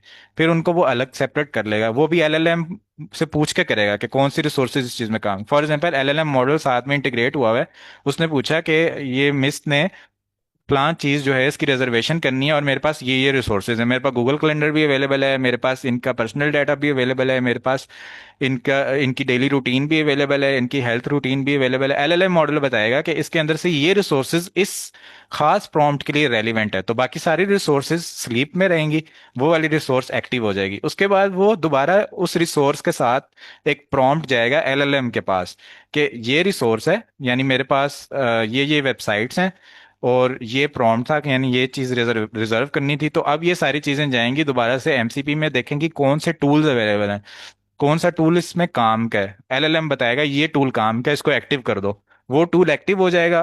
फिर अब ये जो सारी चीज़ें हो रही है ना बार बार, इसके लिए प्रॉम्प्ट की जरूरत पड़ रही है, जो बार बार रीजनिंग हो रही है। ठीक है, जैसे मैंने यहाँ पे एक बेसिक स्लाइड शो की थी कि हमारे पास जो एजेंटिक एआई होती है, एजेंट वर्कफ्लो होता है, उसमें नॉन एजेंट में तो बस एक सिंपल सा उसने प्रोसेस फॉलो कर दिया स्टार्ट से फिनिश तक। इसके अंदर ये रिवाइज करता है अपने प्रोसेस को, पहले एक चीज की एक ड्राफ्ट किया, उसको देखा, उस पर थिंकिंग की क्या मैंने सही किया, फिर उसको रिवाइज करता रहता है और फिर एंड पर आपको आउटपुट ला कर देता है। यस सर उसामा, आपने क्वेश्चन यस पूछना सर, है। उसामा बलोच, आप क्वेश्चन कर सकते हैं। जी सर मेरा ये क्वेश्चन, हाँ सर मेरा ये क्वेश्चन था, जो ये मॉडल कॉन्टेक्स्ट प्रोटोकॉल है, इसके अंदर जो हमारा डेटाबेस होता है सेंट्रल डेटाबेस होता है, और उसके साथ ये भी था कि जो आपने बताया है कि यहाँ पे हमारा टूल्स रिसोर्सेज सेंटर में होते हैं, तो यहाँ पे हमारा एक सेंट्रल एलएलएम भी हमारा होता है क्या? नहीं, एलएलएम हमारा नहीं होता। एलएलएम जो ऑलरेडी ट्रेंड है हमने वही यूज करना है, हम अपना एलएलएम नहीं बना सकते इतने इजीली क्योंकि वो कई सालों में ट्रेन होता है। और नहीं उसके नहीं अलावा नहीं, सेंट्रल। जी जी जी। जी सर, मैं कह रहा हूँ जैसे आपने बताया ना कि उसके इंस्टेंसेस होते हैं, तो मैं पूछना चाह रहा हूँ, फॉर एग्जांपल 100 यूजर्स हैं, 100 यूजर्स सबके पास एक अपना अलग एजेंट होगा, या एक सेंट्रलाइज एलएलएम होता है जो बता रहा होता है? सेंट्रलाइज्ड एलएलएम होगा और बेसिकली एमसीपी में एक से ज़्यादा एलएलएम भी हो सकते हैं। एमसीपी में जब आप मतलब ये भी एनालाइज कर सकते हैं कि इस टाइम उसने किस एलएलएम को ज़्यादा, मतलब कोडिंग के लिए वो किसी और को यूज़ कर सकता है, टेक्स्ट जनरेशन के लिए वो किसी और को यूज़ कर सकता है। ये चीज़ भी आप इसके अंदर इंक्लूड कर सकते हैं। और एमसीपी बेसिकली इसीलिए है कि जो हर बंदा अलग अलग से अपनी चीज़ें बना बना रहा था ना एक बड़ी कंपनी में, उसके उसका एक सेंट्रलाइज्ड चीज़ बन जाए और ज्यादा रिसोर्सेज जाया ना हो। जिस टूल को एक्टिव करना है, जिस रिसोर्स को एक्टिव करना है, बस वही रिसोर्स वही टूल उस टाइम एक्टिव हो। उसकी जैसे क्लासेस होती है ना, क्लास, मैंने इसकी एग्जांपल दी, क्लासेस होती हैं, उनके इंस्टेंसेस बनती हैं, ऑब्जेक्ट बनाते हैं, फिर आप उनके डाटा मेंबर्स को एसेस करते हैं। इसी तरह एमसीपी का एक इंस्टेंस बनता है जिसको क्लाइंट कहते हैं। वो क्लाइंट उसको फिर जेसन के थ्रू कम्युनिकेट करके सारी असेस कर रहा होता है। दूसरी चीज सेंट्रल डेटाबेस भी हो सकती है, और उसके अलावा आप अपना डाटा भी इंक्लूड कर सकते हैं। ठीक है, और फर्दर आप इसको एक्सप्लोर करना चाहते हैं तो यहाँ पर आप इसके अंदर देख सकते हैं, जो यहाँ पर अगर आप लिखें ना मॉडल कॉन्टेक्स्ट प्रोटोकॉल, तो इनका गिटहब का सारा रिपोजिटरी आ जाएगी। इनकी वेबसाइट भी है यहाँ पर, ठीक है, जो आपको सारी डिटेल मिल जाएगी। उसके अलावा यहाँ पर गिटहब में भी अब मैं ये सारी चीज़ें असल में एक्सप्लेन नहीं कर सकता और मुझे पता भी नहीं होती सारी चीज़ें बेसिकली, क्योंकि अब जैसे ही ये हैकाथॉन आया मैंने इसके बारे में देखा सारी चीज़ें, मैंने इसके अंदर क्या टेक्नोलॉजीज हैं, जितना मैंने लर्न किया आई एम शेयरिंग। और ये बहुत बहुत बड़ा समंदर है, हर चीज़ को जैसे अब पाइथन का बेसिक सिंटेक्स होगा ना, अब आप उसके अंदर भी बहुत सारी चीज़ें निकाल सकते हैं कि ये ऐसे भी हो सकता है, ऐसे भी हो सकता है, ऐसे भी हो सकता है, कि ये पूरा समंदर एक्सप्लोर करते जाएं और चीज़ों को बढ़ाते जाएं। अच्छा सर, एक मेरा पर्सनल क्वेश्चन था, अगर वो जवाब दे दें सर। सर लीड कोड के लिए एक क्वेश्चन था, मैं बैकएंड भी सीख रहा हूँ, मतलब मेरे को फुल अभी फ्रंट एंड आता है, बैकएंड भी सीख रहा हूँ, और मेरा फ्यूचर में एआई की तरफ भी जाने का रहता है, और थोड़े बहुत मैं भी मॉडल्स भी बना लेता हूँ। हम आप जिस तरह आप ये लीड कोड मतलब आई कोड ग्रुप पे दूसरे जो लीड कोड पे प्रेशर करते हैं, मतलब लीड कोड को इतना प्रायोरिटाइज करने की बात करते हैं, तो आप क्या सजेस्ट करेंगे, सब कुछ छोड़ के एक बंदा सिर्फ लीड कोड पे आ जाए, मतलब सब जो कोर्सेज कर रहा है सब कुछ छोड़ के? एग्जैक्टली हम आईकोड गुरु पर जो कहते हैं, हम कहते हैं कि आप एआई की तरफ ना जाएं, साइबर सिक्योरिटी की तरफ ना जाएं, क्लाउड कंप्यूटिंग की तरफ ना जाएं। आप अपने आप को बताएं कि मैं एक सॉफ्टवेयर इंजीनियर हूं या मैं एक कंप्यूटर साइंस इंजीनियर हूं। एआई का ट्रेंड आज है, हो सकता है 5 साल बाद ना हो। क्लाउड कंप्यूटिंग की हो सकता है, अगर बड़ी कंपनी है गूगल, उसके अंदर एक सॉफ्टवेयर इंजीनियर होगा, उसकी फॉर एग्जांपल लाखों जॉब्स होंगी, लेकिन एक एआई इंजीनियर की 10 जॉब्स होंगी। इस तरह एक क्लाउड कंप्यूटिंग इंजीनियर की 2 जॉब्स होंगी। तो इसलिए आईकोड गुरु पर हम रिकमेंड करते हैं कि अभी एट दिस स्टेज जब आप अपने करियर को स्टार्ट कर रहे हैं, तो आप एक नीश को सिलेक्ट ना करें, बल्कि आप एक कंप्यूटर साइंस या सॉफ्टवेयर इंजीनियर की अम्ब्रेला के अंडर खुद को स्पॉन्सर करें। और उसके बाद आप अपनी फाउंडेशंस पर वर्क करें। जैसे आप इंटरव्यू के लिए जाएंगे ना गूगल में, फेसबुक में, नेटफ्लिक्स में, तो उसके इंटरव्यूज जो है ना वो डिफाइंड हैं कि क्या इंटरव्यू होगा, क्या सेगमेंट्स होते हैं। एक उसमें बताया गया होगा कि लीड कोड के क्वेश्चन होंगे एक सेगमेंट में, एक सेगमेंट्स में आपके फाउंडेशंस जो आपने बीएस में पढ़ा, डाटा स्ट्रक्चर्स क्या होता है और ऑटोमेशन क्या होती है, ऑटोमेटा क्या होता है, ये बेसिक फाउंडेशंस आपसे पूछी जाएंगी नेटवर्किंग। तो ये नहीं पूछा जाएगा कि एआई क्या होता है, मॉडल्स क्या होते हैं। हाँ, अगर आपका स्पेसिफिकली उन 2 जॉब्स जो अवेलेबल थी लाखों जॉब के बजाय आपने उन 2 जॉब में अवेलेबल कर दिया, तो आपका जो इंटरव्यू का लास्ट सेगमेंट होगा उसमें वो आपसे पूछ लेंगे कि भाई मॉडल के बारे में बता दो या आपने कोई काम किया वो बता दो। क्योंकि जब आपकी फाउंडेशन स्ट्रांग होगी तो you can learn anything in 1 month. जैसे अब मैं आपको एग्जांपल देता हूँ, रेज योर हैक, ये हैकाथॉन अनाउंस हुआ है। अब इसके अंदर जो सारी चीजें हैं ना, coral protocol, fetch AI, Snowflake, मैंने ये चीजें कल रात देखी हैं। और कल रात मैंने इनकी वेबसाइट्स को एक्सप्लोर किया कि ये क्या चीज़ है। और ये जो मैं सारा नॉलेज शेयर कर रहा हूँ, ये मैंने आज सीखा है। और इस कल रात 11 बजे से पहले मुझे इसका अलिफ बे भी नहीं पता था कि ये क्या टेक्नोलॉजीज हैं और ये क्या सब कुछ है। तो आप जब लीड कोड करेंगे ना, और अब आप अपने आप को कंप्यूटर साइंस इंजीनियर या सॉफ्टवेयर इंजीनियर समझेंगे, तो फिर नई टेक्नोलॉजीज आती रहेंगी, बहुत तेजी से दुनिया आगे जा रही है, तो आप उनको इतनी जल्दी सीख पाएंगे। अगर आप अपने आप को एक एआई का इंजीनियर बनाएंगे, तो फिर आप आज ये जनरेटिव एआई सीखेंगे, कल को एजेंटिक एआई आएगा, आप कहेंगे ओहो अब ये अलग से सीखना पड़ेगा, फिर उसके कोर्सेज आप अलग से करने चले जाएंगे। फिर उसके बाद अगले दिन जो है ना वो आ जाएगा हमारे पास एजीआई, आर्टिफिशियल जनरल इंटेलिजेंस। अब आप कहेंगे चलो मैं इसको सीखने लग जाता हूँ, ह्यूमन बिहेवियर क्या होता है, साइकोलॉजी क्या होती है, इमोशनल इंटेलिजेंस क्या होता है, एआई में कैसे इंटीग्रेट। तो ये फिर आप एक बहुत मुश्किल सफर में चले जाएंगे। लेकिन अगर आपकी फाउंडेशन स्ट्रांग होंगी, आपने लीड कोड पर अभी फोकस किया होगा at the start of your career, और लीड कोड के 200+ क्वेश्चंस करने के बाद आप इन चीज़ों को सीखेंगे, तो you can learn anything in 2 to 3 days। और आपके लिए वो कोई नई चीज आएगी ना, वो मुश्किल नहीं है। क्योंकि क्या होता है, मैं एक प्रोजेक्ट बनाता हूँ ना, मैंने एक प्रोजेक्ट बनाया, उसका बस मैंने एक नाम रख दिया कॉरल प्रोटोकॉल। अब आपको डिफरेंट जॉब एप्लीकेशंस में ये नजर आता रहेगा, Coral Protocol, React developer, JavaScript developer. लेकिन जब आपकी फाउंडेशन स्ट्रांग होंगी, आपने एक लैंग्वेज अच्छे से सीखी है, जावास्क्रिप्ट खोलेंगे देखेंगे सिंटेक्स क्या है, ओके डन, उस जॉब के लिए अप्लाई कर देंगे। इसी तरह आपको कोई टास्क मिला, सी प्लस प्लस का टास्क है, आपने आज तक सी प्लस प्लस देखी ही नहीं है, पाइथन सीखी हुई है, लीड कोड के क्वेश्चन सॉल्व किए हुए हैं, आप उस टास्क को देखेंगे, ओके, आप सिंटेक्स देखेंगे, थोड़ा सा उसको एनालाइज करेंगे क्या सिंटेक्स है, लॉजिक की बिल्डिंग आपकी वैसी हुई हुई है, और जस्ट 1 डे में आप उसको सीख के उसकी मेंटेनेंस या उसकी टेस्टिंग जो भी आपने करना है आप कर लेंगे। सो फाउंडेशंस आपकी स्ट्रांग होनी चाहिए, और चलो सर, अपने आप को थैंक एक यू। नीश के अंदर नहीं लेके जाना चाहिए। जैसे ई कॉमर्स में होता है ना, एक नीश सेलेक्ट करके उस पर काम करो और फिर आपकी अर्निंग ज्यादा होगी। इसमें ऐसा नहीं है, इसमें आपको देखना है कि आप एक बड़ी अम्ब्रेला में जाएं ताकि आपकी अपॉर्चुनिटीज ज्यादा हों। चलो sir, thank you very much. Sir, हमारे पास टाइम शॉर्ट है, हम क्वेश्चन आंसर ले लें या नेक्स्ट वाइंड अप करें पहले? थोड़ा सा मैं कवर कर लेता हूँ इसको, थोड़ा सा मैं दिखा देता हूँ कि आप कैसे सीख सकते हैं, उसके बाद फिर हम क्वेश्चंस ले लेते हैं। आई थिंक इतने जी क्वेश्चंस होंगे नहीं, क्योंकि साथ साथ हम लेते रहे हैं क्वेश्चंस। जी। अच्छा, अब इसके बाद जैसे फॉर एग्जांपल आप यहाँ पर ट्रैक चूज करते हैं। फॉर एग्जांपल आपने ब्लैक बॉक्स एआई का ट्रैक चूज कर लिया, ठीक है। तो ब्लैक बॉक्स एआई जो है, इसके अंदर अब आप आए और आपने देखा कि क्या लिखा हुआ है, ठीक है। अब इसके अंदर मैं इसको जूम करता हूँ, एक तो जूम करके ये पता नहीं कहाँ चला जाता है, जस्ट अ सेकेंड। ओके जी। अच्छा, इसके अंदर अब क्या है, build smarter code faster, build smarter code faster आ गया, और यहाँ पर उन्होंने बता दिया कि आप सैंपल्स ले लें या surprise us with something entirely new. तो आपने देखा यहाँ पर क्या है, एआई कोड असिस्टेंट है, को पायलट है, प्रोटोटाइपिंग। आपने बस ये क्या किया, ये चीज़ पकड़ी यहाँ से, black box AI coding agent. इसको आपने इनकॉर्पोरेट करना है अपनी सबमिशन के अंदर, ऐसा कुछ प्रोजेक्ट बनाना है। अब आप आइडिया सोचेंगे, सब मेन चीज ही आइडिया है कि आपने प्लानिंग होती है मेन चीज। यानी अब सॉफ्टवेयर इंजीनियरिंग में 13% कोडिंग होती है, वो भी स्क्रैच कोडिंग जो अगर आप कर रहे हैं। अब तो वो भी 13% भी नहीं रही, जब आप एआई से कोडिंग करानी है अब तो 1% 2% चली गई, बाकी सारी प्लानिंग, टेस्टिंग, इम्प्लीमेंटेशन, इंटीग्रेशन, ये सारी चीज़ें होती हैं। तो अब आपने क्या किया, आप यहाँ पर सर्च कर लिया गूगल में black box coding, AI coding, तो ये वेबसाइट आई, आप ब्लैक बॉक्स एआई पे गए। ठीक है, यहाँ पर आने के बाद आपने इस वेबसाइट को देखा, तो सबसे पहले तो अगर आपने कोई नई चीज़ खोली है, आपको कुछ ही समझ नहीं आ रहा, तो आप देखें इसकी डॉक्यूमेंटेशन किधर है। ठीक है, इसको एक्सप्लोर करें तो आपको कहीं ना कहीं नज़र आ जाएगा डॉक्यूमेंटेशन के बारे में। ठीक है, जैसे अब ये डॉक्स, यहाँ पे इसकी डॉक्यूमेंटेशन लिखी होगी कि इसका क्विक स्टार्ट लिखा होगा कि कैसे इसकी ये पे इंक्लूड कर सकते हैं, क्या कर सकते हैं, ये है क्या चीज़।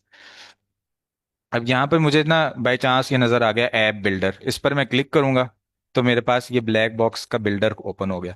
बस, अब ये तो बहुत ही इजी चीज़ है। यहाँ पर मैं आ गया, अच्छा डेमोज भी हैं, डेमोज पर क्लिक करूंगा तो मेरे पास ये डेमोज आ गए कि ये टेस्ला की वेबसाइट है, उबर की वेबसाइट बनी हुई है, यूट्यूब ऐप बनी हुई है, चैट जीपीटी। ठीक है, ओके, और यहाँ पर मैंने अपना प्रॉम्प्ट देना है, और ये क्लोन वेबसाइट का भी ऑप्शन है। यहाँ पर क्लोन वेबसाइट पर मैंने क्लिक किया, यहाँ पर मैं इसको लिंक दे दूंगा तो ये उस वेबसाइट को बिल्कुल क्लोन करने की कोशिश करेगा। फिर फिग्मा का भी ऑप्शन है, मैंने अगर मुझे फिग्मा में कुछ साइन इन रिक्वायर्ड आ गया है, अच्छा, फिग्मा को भी मेरे ख्याल से ये कोड में कन्वर्ट कर देगा कि मैंने कोई एप्लीकेशन बनाई, उसका मैंने एक यूआई इंटरफेस बना दिया और इसको मैंने वो यूआई इंटरफेस दे दिया, तो ये उसका कोड जनरेट करके आपको वो ऐप, उसका बैकएंड का सारा कोड करके दे देगा। और यहाँ पर बस आप प्रॉम्प्ट लिखें आपका आइडिया, फॉर एग्जांपल मेरा आइडिया है कि अच्छा, मैं एक ऐप बनाऊं जो कि गिटहब से लिंक हो। गिटहब से लिंक इसलिए कह रहा हूँ कि एमसीपी वाली चीज़ भी आ जाएगी, और वहां से वो कोई भी रिपोजिटरी है उसको फेच करे और उसके अंदर देखे कि जो कोड है उसके अंदर एक्सेप्शन केसेस क्या हैं, और उसके टेस्ट केसेस जनरेट करे और उसके अंदर वल्नरेबिलिटीज और सिक्योरिटी इश्यूज फाइंड करने की कोशिश करे। बस ये मैं अपना प्रॉम्प्ट यहाँ पे लिखूंगा और इसको बता दूंगा कि ग्रॉक एपीआई है, उसका ये डॉक्यूमेंट था, वो भी यहाँ पे पेस्ट करूंगा कि आप ग्रॉक एपीआई को भी इंक्लूड कर दो, लामा का मॉडल जो है वो भी इंक्लूड कर दो। और अगर मैंने ये जो टेक्नोलॉजीज प्रोवाइडेड यहाँ पर थी हमारे पास हैकाथॉन में, अगर मैंने इन टेक्नोलॉजीज को यूज़ करना है, जैसे फैच एआई है, कोरल ड्रॉ है, इनको भी मैं बता सकता हूँ कि आप इनको भी, फैच एआई को इंक्लूड कर दो। ठीक है, या फिर स्नोफ्लेक को मैं इंक्लूड करना चाह रहा हूँ। अच्छा, क्या होता है, ये चीज़ें वैसे पेड होती हैं, लेकिन जब हैकाथॉन किक ऑफ होगा तो आपको इनके क्रेडिट्स दे दिए जाते हैं, आप अपना अकाउंट लॉगिन करेंगे आपको चीज़ें मिल जाएंगी, तो ये आपको कोड प्रोवाइड कर देगा। अब आप इसको बोलें कि आई एम नूब, मुझे कुछ भी नहीं पता, आपने कोड तो दे दिया, मैं इस कोड का क्या करूँ, मुझे कुछ एप्लीकेशन कहीं पे डिप्लॉय करनी है, कोई मुझे ओपन सोर्स वेबसाइट बता दो, तो वो आपको बताएगा कि ये ओपन सोर्स वेबसाइट है, वहाँ पर आप ये कोड जो है ये फाइल अपलोड कर दो और आपकी एप्लीकेशन वहाँ पर डिप्लॉय हो जाएगी। तो ये जस्ट बेसिकली हमने एक ट्रैक देख लिया, इस तरह आप डिफरेंट ट्रैक्स को एक्सप्लोर कर लें। अच्छा, अब ये स्नोफ्लेक जो है इसके बारे में देख लेते हैं क्या लिखा हुआ है, कि ये स्नोफ्लेक बेसिकली क्या होता है कि हमारे डाटा के लिए होता है बेसिकली, कि ये डाटा हमारा कंपनीज, जो बड़ी बड़ी कंपनीज होते हैं उनको बहुत ज़्यादा डाटा होता है, फिर उनको मैनेज करने के लिए पहले उन्होंने सर्वर्स बनाए होते हैं, फिर वो क्लाउड की तरफ जाते हैं, फिर इस तरह एक स्नोफ्लेक कंपनी है जो कि ये सारा डाटा, बड़े कंपनीज के डाटा को हैंडल कर रही है। तो आप इसके अंदर, आप रिक्वायरमेंट चैलेंज लिखा हुआ है कि एआई ऐप बनानी है जो ingest, transforms and serve structure plus unstructured data in Snowflake. अब मुझे ये पहले से आने की जरूरत नहीं है कि मैं बस इसको पहली बार पढ़ रहा हूँ, ये ingest, transform, serve, structure and Snowflake, ये क्या चीज़ है।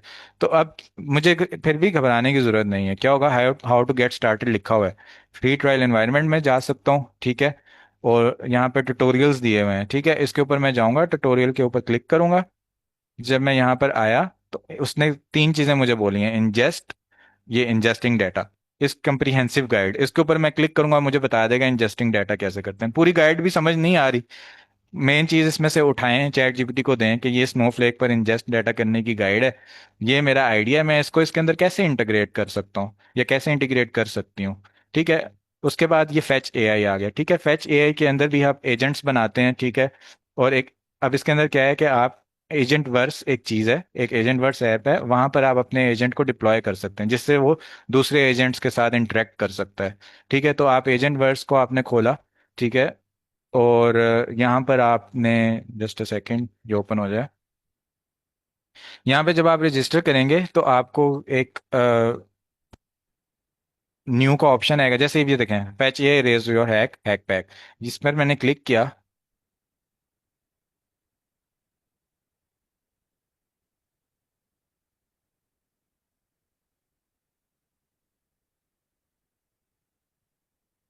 अच्छा, ये हमारे पास एजेंट वर्स एआई आ गया। यहाँ पे जब मैं साइन इन करूंगा मेरे पास मार्केट प्लेस आ गई। ये देखें, अब ये मैं सारी चीजें इंक्लूड करूंगा ना, ये एक एमसीपी बन जाएगा। ठीक है, वेदर एजेंट अगर मैंने इसके अंदर इंक्लूड किया, क्योंकि ये टूल्स हैं ना और ये रिसोर्सेज हैं। जब मैं टूल सोर्सेज इंक्लूड करूंगा और उसको मैं बोलूंगा कि आप एक एमसीपी प्रोटोकॉल बना दो, तो ये बेसिकली वो बना देगा। ठीक है, और मैं इसमें चैट जीपीटी से भी हेल्प ले सकता हूँ, ब्लैक बॉक्स से भी ले सकता हूँ, ब्लैक बॉक्स का जो एजेंट है कोडिंग का, उससे भी ले सकता हूँ। अब ये फैच एआई है। ठीक है, यहाँ पर अब हम आते हैं तो यहाँ पर व्यू हैक पैक पर क्लिक करेंगे तो ये फैच एआई आ गया। ठीक है, इसके अब सारी गाइडलाइंस आएंगी यहाँ पर। यहाँ पर डिटेल्स में आए हम, देखा कि क्या डिटेल्स, हमने इंट्रोडक्शन में बताया कि ये है क्या चीज़। ठीक है, और चैलेंज स्टेटमेंट क्या है कि आपने करना क्या है फैच एआई को अगर आपने यूज़ करना है। ठीक है, फैच एआई को यूज़ करने के बाद उन्होंने बताया कि आपने जब सबमिट करना है ना, तो अपने गिटहब रिपोजिटरी में जो मार्कडाउन फाइल होती है रीडमी, उसमें आपने ये इमेज इंक्लूड कर देनी है, ताकि हमें पता चल जाए कि आपने फैच एआई को इंक्लूड किया हुआ है, जज को पता चल जाए। और ये काम कैसे करता है, इसके अंदर वही एजेंट वर्स वाला कॉन्सेप्ट है कि ये आप यहाँ पर आएंगे। अगर आपको नहीं समझ आ रही कि ये कैसे करना है, तो इन ये साथ साथ आपको गाइड करते हैं। मेंटोर्स अवेलेबल हैं डिस्कॉर्ड सर्वर में, आप उनको मैसेज कर सकते हैं कि मैं यहाँ पर आके फंस गया हूँ, मेरा फलां कोड नहीं चल रहा। या फिर ये देखें, how to create an agent with you agents framework, यहाँ पर आप क्लिक करेंगे तो आपके पास सारा ट्यूटोरियल आ जाएगा कि आप एजेंट कैसे बना सकते हैं। एजेंट वर्स पर क्लिक करेंगे, एजेंट वर्स आपके पास आ जाएगा कि आप कैसे एजेंट वर्स की एपीआई की कैसे मिल सकती है, वो वहाँ से आपको हैकाथॉन में मिल जाएंगी एपीआई की। यहाँ से आप लेंगे और यहाँ पर आप क्रिएट न्यू एपीआई की करके एपीआई की बना लेंगे, और एजेंट वर्स के अंदर ही आप अपना न्यू एजेंट बना सकते हैं। यू एजेंट क्रिएशन में आप आए, यहाँ पर आपने देखा, अगर आपने लोकल बनाना है तो आप इस तरह से बना सकते हैं। अगर आपने एजेंट वर्स पर बनाना है तो आप ये देखें, होस्टेड एजेंट होता है वो बना सकते हैं। इनके ऊपर होस्टेड एजेंट पर गए, स्केल्टन एजेंट से सिलेक्ट कर लिया। ठीक है, पहले से बना बनाया। और ब्लैंक बनाना है तो आप यहाँ से ये कोड उठाएंगे। ठीक है, ये जो इनका कोड है, चैट जीपीटी को देंगे या ब्लैक बॉक्स को देंगे या क्लॉड को देंगे कि ये कोड डॉक्यूमेंट में प्रोवाइड किया गया है, मेरा ये आईडी है, उस लिहाज से आप कोई एजेंट इसके अंदर इंक्लूड कर दें। मेरे या कोई ओपन सोर्स की एपीआई इंक्लूड करना, या फिर जो ग्रॉक की एपीआई है या लावा की एपीआई, इस तरह जो जो चीज़ आपको प्रोवाइड कर दी गई है हैकाथॉन में, या फिर आप उनको ये बोल रहे हैं कि ये वाली इंक्लूड कर दें। ठीक है, इस तरह आप अपना कोड डालेंगे तो आपका एजेंट बिल्ड हो जाएगा। ये इनके पास मॉडल्स हैं जो आप यूज़ कर सकते हैं। और इन्होंने आगे बताया हुआ है कि लोकल एजेंट भी बना सकते हैं आप, मेल बॉक्स एजेंट भी बना सकते हैं, जो कि मिक्सचर होता है होस्टेड और लोकल एजेंट्स का। तो इसमें आपको होस्टेड एजेंट ही बनाना है। जाहिर बात है, आपके पास इतना बड़ा सीपीयू नहीं है कि आप सारे एजेंट्स को अपने पास रन करें। ठीक है, तो इस तरह आप चीज़ें एक्सप्लोर करते जाएंगे। पहले आप सोचेंगे आपने इस्तेमाल क्या करना है, उसको एक्सप्लोर करते जाएंगे और देखते जाएंगे। स्नोफ्लेक का भी डेमो यहाँ पे पड़ा हुआ है, एफएचए का भी मैंने आपको दिखा दिया। उसके बाद कोरल प्रोटोकॉल है हमारे पास, वो भी इसीलिए होता है कि आप डिफरेंट एजेंट्स को आपस में इंटरेक्ट कराते हैं। ठीक है, तो उसके भी आप जैसे get started with coral protocol, इसकी डॉक्यूमेंटेशन पर क्लिक करें तो आपके पास ये इंट्रोडक्शन आ जाएगा। यहाँ से आप देख सकते हैं इसका सारा इन्होंने बताया होगा कि आप कैसे एजेंट बना सकते हैं। नहीं समझ आती, कॉपी करें सारा कुछ, एलएलएम मॉडल को दें, उसको बोलें कि मुझे कुछ समझ नहीं आ रही इसकी, लेकिन मेरा ये आइडिया है, मुझे ये एप्लीकेशन बनानी है, आप मुझे इसका कोड प्रोवाइड कर दो और ये भी बता दो कि मैंने इसको डिप्लॉय करना है, मैं कैसे डिप्लॉय करूं, और इसके अंदर मैंने एमसीपी इंक्लूड करना है, वो कैसे करूं। एमसीपी का भी मैंने आपको बताया कि आप गूगल में सर्च कर लें, या फिर ये सारी चीज़ें एक्स्ट्रा हैं, अगर आप ये नहीं भी करते तो आप बेसिकली बस ये दो चीज़ें कर लेते हैं, ग्रॉक लामा। और जो आपको ट्रैक बताया गया है उसके अंदर आपको जो प्रोजेक्ट बताया गया है, जो कोई प्रॉब्लम स्टेटमेंट है उसके ऊपर आपने काम करना है। जैसे क्यूबिक ट्रैक है, उसके अंदर आपको बताया गया कि डिसेंट्रलाइज्ड कंप्यूटिंग है, track challenge you to build a powerful proof of concept और MVP that showcases the unique potential of Qubic network. इसके अंदर ग्रॉक इंक्लूड करने की जरूरत नहीं है, ये आपको बता देंगे। आप इस तरह सोलाना ब्रिज बना सकते हैं या ऑडिट टूल बना सकते हैं। ठीक है, इन्होंने डिफरेंट आइडियाज दिए हुए हैं। वर्टर ट्रैक है, इसके अंदर agentic work flows for future of work, इसके अंदर अगर आप जाते हैं तो आपने ये चीज़ें बनानी है, agentic and autonomous, future of work focus. तो आई थिंक कि ये बहुत लेटेस्ट चीज़ें हैं, और अगर कोई बंदा कहे कि मैं बड़ा सीनियर हूँ, मुझे ये सारी चीज़ें आती हैं, बहुत कम लोग होंगे जिनको ये आती होंगी, because these are latest things. और अपने आप को ऐसे शो करें कि आप भी एक लर्निंग एटीट्यूड के साथ हैं, और इन 4 डेज में आप भी लर्न करेंगे जितना मैक्सिमम कर सकते हुए। जितना प्रोजेक्ट बना उसको सबमिट कर देंगे, नेक्स्ट हैकाथॉन में सीख लेंगे। नहीं उसमें समझ आई, उससे अगले हैकाथॉन में सीखना है। लेकिन अपनी लाइफ में शुरू तो करना है ना, एक स्टेप तो लेना है। जैसे अब ये रेज है, इसमें आपने क्या करना है, फाइनेंशियल प्लेटफॉर्म बनाना है। तो इसके अंदर आप अपने आइडिया भी ऐड करें, इसको थोड़ा मतलब शाइनिंग बनाएं, और इस तरह से आप डिफरेंट चीज़ों को यूटिलाइज कर सकते हैं।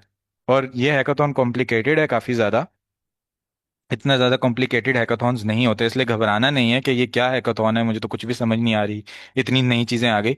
ऐसा है, होता नहीं है। इजी हैकाथॉन इजी होते हैं काफ़ी ज़्यादा। उसमें आप जनरेटिव एआई की जो स्ट्रीमलीट वाली ऐप है वो भी बना सकते हैं आप अपने आइडिया को शो करने के लिए, या कुछ भी। अ, किसी का क्वेश्चन आई थिंक यहाँ से ले लेते हैं क्वेश्चंस। जी सर। सर मैम सुमैया, आप क्वेश्चन कर सकती हैं अपना।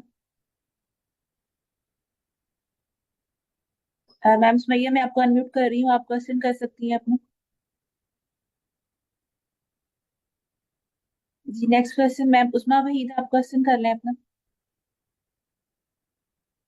अस्सलाम वालेकुम। मेरा क्वेश्चन ये है कि अगर आपने प्रेजेंटेशन बनानी हो तो उसको बेहतरीन कैसे बनाया जाए इस हैकाथॉन में? कुछ इसके लिए कोई टिप्स या ट्रिक्स? अच्छा, प्रेजेंटेशन को आपने इम्पेक्टफुल अगर बनाना हो तो सबसे पहले उसके लिए ज़रूरी है कि एक जो आपकी टीम मेंबर है ना, उनको आप शुरू पहले दिन से ही बता दें कि आपकी रिस्पॉन्सिबिलिटी है प्रेजेंटेशन बनाना। ठीक है। और कोशिश करें कि पहले दिन से ही जो जो आप काम करते जा रहे हैं प्रेजेंटेशन बनाते हैं, जैसे पहले दिन आप, क्योंकि क्या होता है फिर एंड पर ना काफ़ी मुश्किल होता है प्रेजेंटेशन बनाना, कि आप आखिरी दिन ही एक अच्छी प्रेजेंटेशन बनाएं, फिर उसकी वीडियो भी बनाएं और उसको सबमिट करें। तो पहले दिन से ही ना आपका जैसे जैसे काम चलता जा रहा है प्रोजेक्ट के ऊपर, तो आप उसमें ऐड कर दें कि हमारा ये आइडिया था, और उस आइडिया को ना किसी प्रॉब्लम स्टेटमेंट से लिंक कर दें। फॉर एग्जांपल, आपने कोई, जैसे मैंने आपको शो किया था, मैंने एक ऐप सोची डिजास्टर मैनेजमेंट, तो मैंने ना उसको प्रॉब्लम स्टेटमेंट बनाई उसकी एक अच्छी सी, कि मतलब मैंने न्यूज़ में सर्च किया कि कोई ऐसा इवेंट हुआ हो, तो उस टाइम जो एक इवेंट हुआ था कि फायर लगी थी एरिजोना में, और इस तरह यूएस में ना, और वो काफ़ी ज़्यादा वाइड स्प्रेड हुई थी। तो मैंने फिर उसको इंक्लूड कर दिया कि इस तरह की हुआ था, और उसमें इतनी कैजुअलिटीज़ हुई, और ये बहुत ही डिज़ास्टर था, और इस प्रॉब्लम को सॉल्व करने के लिए मैं ऐप बना रहा हूँ। फिर अब आप यानी अपने ऐप ऐप को एक उससे लिंक कर दें। ठीक है। उसको उसके बाद फिर नेक्स्ट आप एक ऐप का वर्क फ्लो शो कर दें प्रेजेंटेशन के अंदर, कि ये काम कैसे कर रही है, इसके अंदर इनपुट आता है, उस इनपुट के साथ क्या होता है, कौन कौन से एपीआईज यूज हो रही हैं, कौन कौन सी टेक्नोलॉजीज यूज हो रही हैं। 3-4 स्लाइड्स तो आपकी इन चीज़ों में ही बन जाएंगी कि टेक्नोलॉजीज आपने कौन कौन सी यूज की, ऐप का वर्कफ्लो क्या था, प्रॉब्लम स्टेटमेंट क्या थी, और आइडिया क्या था। उसके बाद नेक्स्ट स्लाइड में जब आप आएँ तो आप उसमें अपने डेमो एप्लीकेशन का दिखा दें, कि आप ओपन करें कि ये एप्लीकेशन है, इसमें हमने इसको ऐसे किया तो ऐसे हो गया, ऐसे किया तो ऐसे हो गया, ऐसे किया तो ऐसे हो गया। वो एक छोटा सा मतलब आपका डेमो आ गया। अगर आप प्रेजेंट वीडियो में उसको शो करें, अगर वैसे शो करें फिर तो डेमो नहीं आएगा। अच्छा, उसके बाद फिर आप उसके अंदर इंक्लूड करें कि इसने जो प्रॉब्लम स्टेटमेंट मैंने शो की थी उसको सॉल्व कैसे किया, जो ये एप्लीकेशन है उसको सॉल्व कैसे करेगी। तीसरी चीज इसको अंदर इंक्लूड करें स्केलेबिलिटी, कि अगर इस एप्लीकेशन को आगे बढ़ाया जाए तो क्या इसको ये मजीद स्केलेबल है या नहीं है, और मजीद अगर आपको फंड्स दे दिए जाएं या स्टार्टअप लॉन्च किया जाए तो इसके ऊपर फर्दर काम हो सकता है या नहीं हो सकता, स्केलेबिलिटी इसकी क्या है, यूटिलाइजेशन इसकी क्या है, बिजनेस इम्पैक्ट इसका क्या है। हेलो सर, ठीक अस्सलाम है। वालेकुम। वालेकुम सलाम। जी सर। सर असल में ये जो मेरा एक क्वेश्चन ये था कि ये एजेंटिक एआई के हवाले से आप बात कर रहे हैं ना, और इस तरीके से फेच एआई के हवाले से आप बात कर रहे हैं, तो ये थोड़ा सा जो है ना, ये आप इस वर्क फ्लो के हवाले से जरा हमें गाइड कर दें। क्योंकि देखें, ग्रोक तो एक वेबसाइट है ना, कि जिसके ऊपर जाके हमारे पास ये लामा और डिफरेंट तरह के मॉडल्स अवेलेबल है, वहां पे हम जाके उसको वो कर लेते हैं ना, यानी ग्रोक पे मॉडल्स अवेलेबल होते हैं। ठीक है जी, वहां पे हम जाके उन मॉडल्स को यूज कर लेते हैं। अब ये जो तीन आपने अपने आपने स्टैक के अंदर जो 3 चीजें आपने शेयर कर दी ना, एक स्नोफ्लेक आपने शेयर कर दिया, दूसरा आपने फेच एआई शो शेयर कर दिया, और तीसरा जो है आपने ये प्रोटोकॉल शेयर कर दिया। तो अभी हमने लेट्स सपोज किसी प्रॉब्लम के लिए कोई एजेंट बनाना है, लेट्स सपोज कि हम एमसीपी भी बना रहे हैं, तो वो बेसिकली हम तो वो बेसिकली जो एजेंट है, तो वो हम फेच एआई से बनाएंगे, या फिर हम उसको जो है वो ये जो प्रोटोकॉल है कोरल प्रोटोकॉल उससे बनाएंगे, और फिर हम इसको जो है जो उसको जो डेटा मिलेगा वो क्या स्नोफ्लेक से आएगा? और मतलब ये जरा थोड़ा सा आप बताएं कि हम इस वर्कफ्लो को कैसे इस्तेमाल करेंगे। जी उससे पहले मैम उज़मा आपका क्वेश्चन आंसर हो गया, काइंडली श्योर मेक श्योर।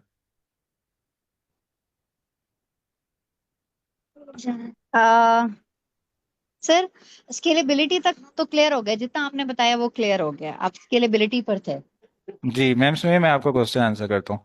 अच्छा, इसके बाद जब आपने स्केलेबिलिटी ऐड कर दी तो उसके बाद आपने बिजनेस इम्पैक्ट अगर उसका कोई हो सकता है, एप्लीकेशन का कोई फाइनेंशियल रिफॉर्म्स लेकर आ सकती है, या मतलब इस तरह की कोई चीज़ आप ऐड कर दें उसके अंदर। और आई थिंक दैट्स ऑल, इससे आपकी काफ़ी ज़्यादा स्लाइड्स बन जाएंगी। और मतलब आप इस तरह से कुछ चीज़ें ऐड करें जो इम्पेक्टफुल हों, और जजिंग क्राइटेरिया को देखें कि जजिंग क्राइटेरिया क्या है, उसको इंक्लूड करने की कोशिश करें। कि जैसे उसमें यूज़ ऑफ एप्लीकेशन है तो आप बताएं हमने क्या यूज़ ऑफ एप्लीकेशन किया, ओरिजिनलिटी कैसे है इसके अंदर, मॉड्युलैरिटी ऑफ कोड उसके अंदर लिखा हुआ है तो आप उसके अंदर इंक्लूड करें कि हमने मॉड्युलैरिटी को कैसे इंश्योर किया अपने कोड के अंदर। इस तरह की चीज़ें आप शो करें, ताकि बजाय जज आपका कोड ओपन करके देखे कि क्या इन्होंने वो सारी चीज़ें की, उनको आपकी प्रेजेंटेशन से ही पता चल जाए कि हाँ इन इस टीम ने तो वो सारी चीज़ें की हैं जो हमें चाहिए थी, और जो बोनस चीज़ें थी वो भी इन्होंने खुद ब खुद ही कर दी हैं। उनको ज़्यादा मतलब शो करें, आप बताएं उनको कि हमने ये काम किया है अपनी प्रेजेंटेशन के जरिए। Okay ma'am Sumaiya, now moving over to your question. तो अब भी जो आपका क्वेश्चन है कि हम किस चीज़ को यूज़ करें, क्या फ्रेमवर्क यूज़ करें, और डाटा कहाँ से लें। तो जब ये बेसिकली किक ऑफ होता है ना हैकाथॉन, तो आपको बता दिया जाता है, जब आप फॉर एग्जांपल स्नोफ्लेक का एक रिप्रेजेंटेटिव होगा, वो आपको बताएगा कि आपका जो अकाउंट है उसमें आपको इतने क्रेडिट्स दिए जा रहे हैं। तो वो मैंने आपको बताया कि अगर आपने कोई डाटा सेट अपने आपके यूज़ केस पर डिपेंड करता है, यूज़ करना है और आप चाहती हैं कि स्नोफ्लेक को यूज़ करें, तो आप उनकी वेबसाइट पर जब आप जाएंगी तो यहाँ पर सारे ट्यूटोरियल्स अवेलेबल हैं। ठीक है, अब वो असल में क्या है कि मैं ये सारी ट्यूटोरियल्स आपको अभी एक्सप्लेन नहीं कर सकता, क्योंकि अगर आप देखें ना एक एक ट्यूटोरियल इतना लंबा लंबा है। तो अब इनको इन्होंने बताया कि आपने इंजेस्टिंग ऑफ डाटा करनी है। ठीक है, तो आप इस ट्यूटोरियल को स्टार्ट करें। ठीक है, तो आपके पास एक कंप्रीहेंसिव गाइड इन्होंने दी हुई है। ठीक है, कि आपने इन्वायरमेंट कैसे सेटअप करना है। ठीक है, उसके बाद आपने टेस्ट जनरेशन कैसे करनी है, डाटा कैसे, ये सारी चीज़ें आपको बताई गई हैं। ठीक है, यहाँ से आप इसको कॉपी करके एलएलएम मॉडल से भी पूछ सकती हैं। ठीक है, कि आप इंजेस्टिंग डाटा कैसे कर रहे हैं। उसके अलावा किस प्लेटफॉर्म को यूज़ करना है, तो आप अपना प्रोजेक्ट आइडिया बनाएं और एलएलएम से ही पूछें यही चीज़, कि अब मैंने ये इस प्रोजेक्ट पे काम करना है, मेरे पास जो डिफरेंट मल्टी एजेंट सिस्टम है, जैसे ये कोरल मल्टी एजेंट सिस्टम है और fetch AI multi agent system है, इनमें से मैं कौन सा यूटिलाइज करूं। ठीक है, तो वो आपको एलएलएम मॉडल बता सकता है कि आप इसमें से कौन सा यूटिलाइज करें। और इसके अंदर टेक्नोलॉजी इन्वॉल्व होती रहती है। अब क्या है कि फेच एआई है। ठीक है, जैसे अब आपने फॉर एग्जांपल एलएलएम से डिस्कस किया अपना और अपनी टीम से डिस्कस किया, और आप लोग इस कंक्लूजन में आए कि हमने फेच एआई यूज करना है। ठीक है, तो फेच एआई के अंदर जब आप आएंगे तो यहाँ पर रेज योर हैक पैक लिखा हुआ है, इसके ऊपर आप क्लिक करेंगे तो आपके पास सारे ट्यूटोरियल्स आ जाएंगे कि आपने कैसे यूज करना है उसको। ठीक है, वो व्यू हैक पैक के ऊपर क्लिक किया। ठीक है, और यहाँ पर आपने या फिर डॉक्यूमेंट्स पे भी आप क्लिक करेंगी तो आपके पास सारी चीजें आ जाएंगी। उसके बाद अगर आप फॉर एग्जांपल आप कहते हैं हमने कॉरल ड्रा यूज करना है, ये जैसे Coral draw I think open हो, कॉरल प्रोटोकॉल सॉरी यूज करना है। ठीक है, तो कॉरल प्रोटोकॉल क्या करता है, वो भी इसी तरह डिफरेंट, वो भी यही कह रहे हैं कि हम डिफरेंट मॉडल्स को इंटीग्रेट कर लेते हैं और आपको अलग अलग सबसे कनेक्ट करने की ज़रूरत नहीं है। तो यहाँ पर भी आप जब आएँ तो आप देखें कि इनकी डॉक्यूमेंटेशन किधर है। ठीक है, रेडी टू स्टार्ट बिल्डिंग पर क्लिक कर दें। ठीक है, या फिर डॉक्यूमेंटेशन कहीं पर मिल सकती है तो वहाँ पर जाएं आप, जस्ट अ सेकेंड। इनका कॉरल की ना गिटहब रिपोजिटरी है, ये Coral Protocol documentation, and yes documentation. Coral अच्छा सर प्रोटोकॉल डॉक्यूमेंटेशन, और यहाँ पर आप आती हैं ना जब, तो यहाँ पर आपके पास इसके एंड पर ये get started with building agentic apps, यहाँ पर आप क्लिक करेंगे ना, तो आपके पास वो रिपोजिटरी आ जाएगी जिसके अंदर ये सारा कोड प्रोवाइडेड है। बस आपने ये कोड चैट जीपीटी को देना है, ठीक है, और उनको आपने बता देना है कि मेरे आइडिया के लिहाज से, चैट जीपीटी को मैं बोल रहा हूँ, किसी भी एलएलएम मॉडल को आपने देना है और फिर उसको जनरेट करा लें। बाकी ये चीज़ें जो होती हैं ना, ये हैकाथॉन में ज़रूरी नहीं होता कि आप इसको फुल फ्लैज फैच एआई को सीखें, कॉरल प्रोटोकॉल को सीखें, क्योंकि इतना कम टाइम होता है और इतनी सारी चीज़ें आप फुल फ्लैज नहीं सीख सकते। तो जो आपका आइडिया, सबसे पहले आप अपना आइडिया बनाएं कि आपका आइडिया क्या है। उस आइडिया को बनाने के लिए आपको एक ट्रैक चूज करना है, जो यहाँ पर ट्रैक्स हैं उनमें से आपको एक ट्रैक मिलेगा। उस ट्रैक में गिवन है कि फाइनेंशियल एप्लीकेशन बनानी है आपने, या आपने कोडिंग की एप्लीकेशन बनानी है, या आपने क्या कि कौन सी एप्लीकेशन बनानी है। वो आइडिया बनाने के बाद आप, मुझसे ज़्यादा अच्छा आंसर आपको एलएलएम देगा कि ये आइडिया है, इसके अंदर मैं ये मेरे पास टेक्नोलॉजीज हैं, इन टेक्नोलॉजीज के मेरे पास एपीआईज अवेलेबल हैं, इनमें से मैं कौन कौन सी टेक्नोलॉजी यूज़ कर सकती हूँ, कहाँ पर इसको डिप्लॉय कर सकती हूँ, कहाँ से डाटा फेच कर सकती हूँ, वहाँ वहाँ से आपको सारी गाइडलाइंस मिल जाएंगी। अच्छा सर, तो इसका मतलब ये है कि जो स्नोफ्लेक है उसमें हमारा डेटा होगा, उसे हम इंजेक्शन करेंगे और एजेंट्स बनाने के लिए हमारे पास दो ऑप्शंस अवेलेबल हैं। एक ऑप्शन जो है वो हमारे पास ये फेच डॉट एआई है और दूसरा ऑप्शन हमारे पास ये कोरल प्रोटोकॉल है, ठीक है। इन दोनों की मदद से हम अपने एजेंट्स बना सकते हैं। डेटा इंजेक्शन जो है वो स्नोफ्लैक से हो सकती है, और फिर जो हमने जी एलएलएम यूज करना है तो वो हम ग्रोक से यूज कर सकते हैं, वो ओपन सोर्स यानी लामा भी हो सकता है। तो this is like the whole thing, right? जी, लेकिन यहाँ पर आप देखेंगे ना, जब इसको पढ़ेंगे, ट्रैक्स वर्सेस ट्रैक पार्टनर्स, ठीक है, तो ट्रैक पार्टनर्स को यूज करना जरूरी नहीं है, ट्रैक्स को फॉलो करना जरूरी है, ठीक है। ट्रैक्स आपके मेन चैलेंज हैं। जो आपके पास ये कॉलकॉम ट्रैक, इसमें से जो भी आपने चूज कर लिया उसको यूज करना जरूरी है, उसके अंदर ग्रॉक एपीआई को यूज करना जरूरी है, ठीक है। ये mandatory for all non cubic के अलावा। उसके अलावा जो चीजें हैं ना, Coral Protocol, Fetch AI, Snowflake, ये यूज करना जरूरी नहीं है, आप इसके अलावा भी एप्लीकेशन बना सकती हैं। हाँ, इनको यूज करेंगी तो फिर इनके अपने प्राइजेस, मतलब ये क्या हुआ कि हैकाथॉन लॉन्च हुआ तो हर कंपनी ने, जो ये नई कंपनीज हैं, इन्होंने साथ में अपना स्पॉन्सर करने के लिए ऐड हो गई होती गई। एक दिन कॉरल प्रोटोकॉल ऐड हो गई, अगले दिन फैच एआई ऐड हो गई, अगले दिन स्नोफ्लेक ऐड, तो इनको, इन्होंने अपने एक प्राइस पूल बना दिया कि आप best utilisation of Coral Protocol को हम इतना प्राइस दे देंगे, best use of Fetch AI को। लेकिन अगर आप इनको यूज नहीं करते तो नो प्रॉब्लम, आप इसके अलावा भी अपना प्रोजेक्ट सबमिट कर सकते हैं। ठीक है sir, thank you so much. जैसे ये देखें ना, बेस्ट यूज ऑफ ग्रॉक, इसके लिए एक प्राइजेज हैं। फिर ये best use of Coral Protocol, इनके अपने प्राइस हैं। फिर ये बेस्ट यूज, ये तो ट्रैक है, ये भी ट्रैक है, ये भी ट्रैक है, ये best use of H A I, इसके अपने प्राइस हैं। तो इनको लेकिन यूज करना जरूरी नहीं है, ट्रैक को फॉलो करना जरूरी है। जो ट्रैक में उन्होंने प्रॉब्लम स्टेटमेंट दी है और जो ट्रैक की ऐप है उसको यूज करना जरूरी है। जैसे ब्लैक बॉक्स एआई को आप यूज करेंगे, वो जरूरी है। ब्लैक बॉक्स एआई के अलावा दूसरा अगर आपका है रेस, इन्होंने जो ऐप बताई है उसको यूज करेंगे, उसको यूज करना जरूरी है, ठीक है। और यहाँ पर हमारे पास जो बाकी हैं, वल्चर, इसको यूज करना जरूरी, इस प्लेटफॉर्म को यूज करना जरूरी है। अगर उसको फैच ये को अगर आप यूज नहीं करते, स्नोफ्लैक को यूज नहीं करते, तो वो भी प्रॉब्लम नहीं है। Okay, next question. Sir kindly पहले मुझे कंफर्म कर दें, हम अपना वेबिनार से रिलेटेड जो भी मटेरियल्स हम कवर कर चुके हैं, ताकि हम कंप्लीटली क्वेश्चन आंसर की तरफ मूव कर सकें। जी जी, आप कंप्लीटली मूव कर लें, बिकॉज ये तो बहुत ज़्यादा मटेरियल है। और ये आई थिंक मैंने सबको शेयर कर दिया कि आप कैसे एक्सप्लोर कर सकते हैं सारी चीज़ों को। आप जो आपका ट्रैक होगा, जो आपने टेक्नोलॉजी अपने आइडिया में इंक्लूड करनी है, उसको आप इस तरह से लर्न कर सकते हैं जिस तरह मैंने आपको शेयर कर लिया। बाकी हम सारी टेक्नोलॉजी को एक वेबिनार में कवर नहीं कर सकते हैं। जी सर, आपने काफी अच्छा एक्सप्लेन किया है। सो सर उसामा बलोच, आप क्वेश्चन कर सकते हैं अपना। जी सर, मेरा क्वेश्चन ये था कि आपने वेबिनार के शुरू में बताया था कि एजेंट्स जो हैं आप अपने प्रोजेक्ट में ज़्यादा क्या नाम है ना, इंटीग्रेट ना करें।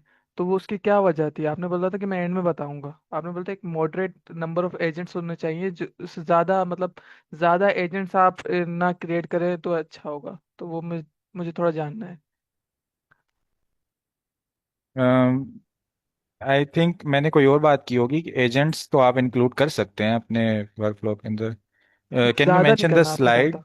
Can you mention the slide, ताकि मैं अपनी रिफ्रेश कर स्लाइड पाऊँ। तो नहीं याद, आपने वैसे बताया था कि प्रोजेक्ट आप बनाएं तो ज़्यादा एजेंट्स ऐड ना करें। बस कोई नहीं नहीं, एजेंट्स आप ऐड करें, जितने एजेंट आपको चाहिए आप ऐड कर सकते हैं। अच्छा ना, फिर मेरे से कोई गलती होगी। अच्छा, थैंक यू सर। और वेलकम। ओके मैम जवेरिया, आप क्वेश्चन कर लें अपना। जी मैम जवेरिया, आप क्वेश्चन कर सकती हैं अपना। So next question ma'am Sobia Noor, आप क्वेश्चन कर सकती हैं अपना।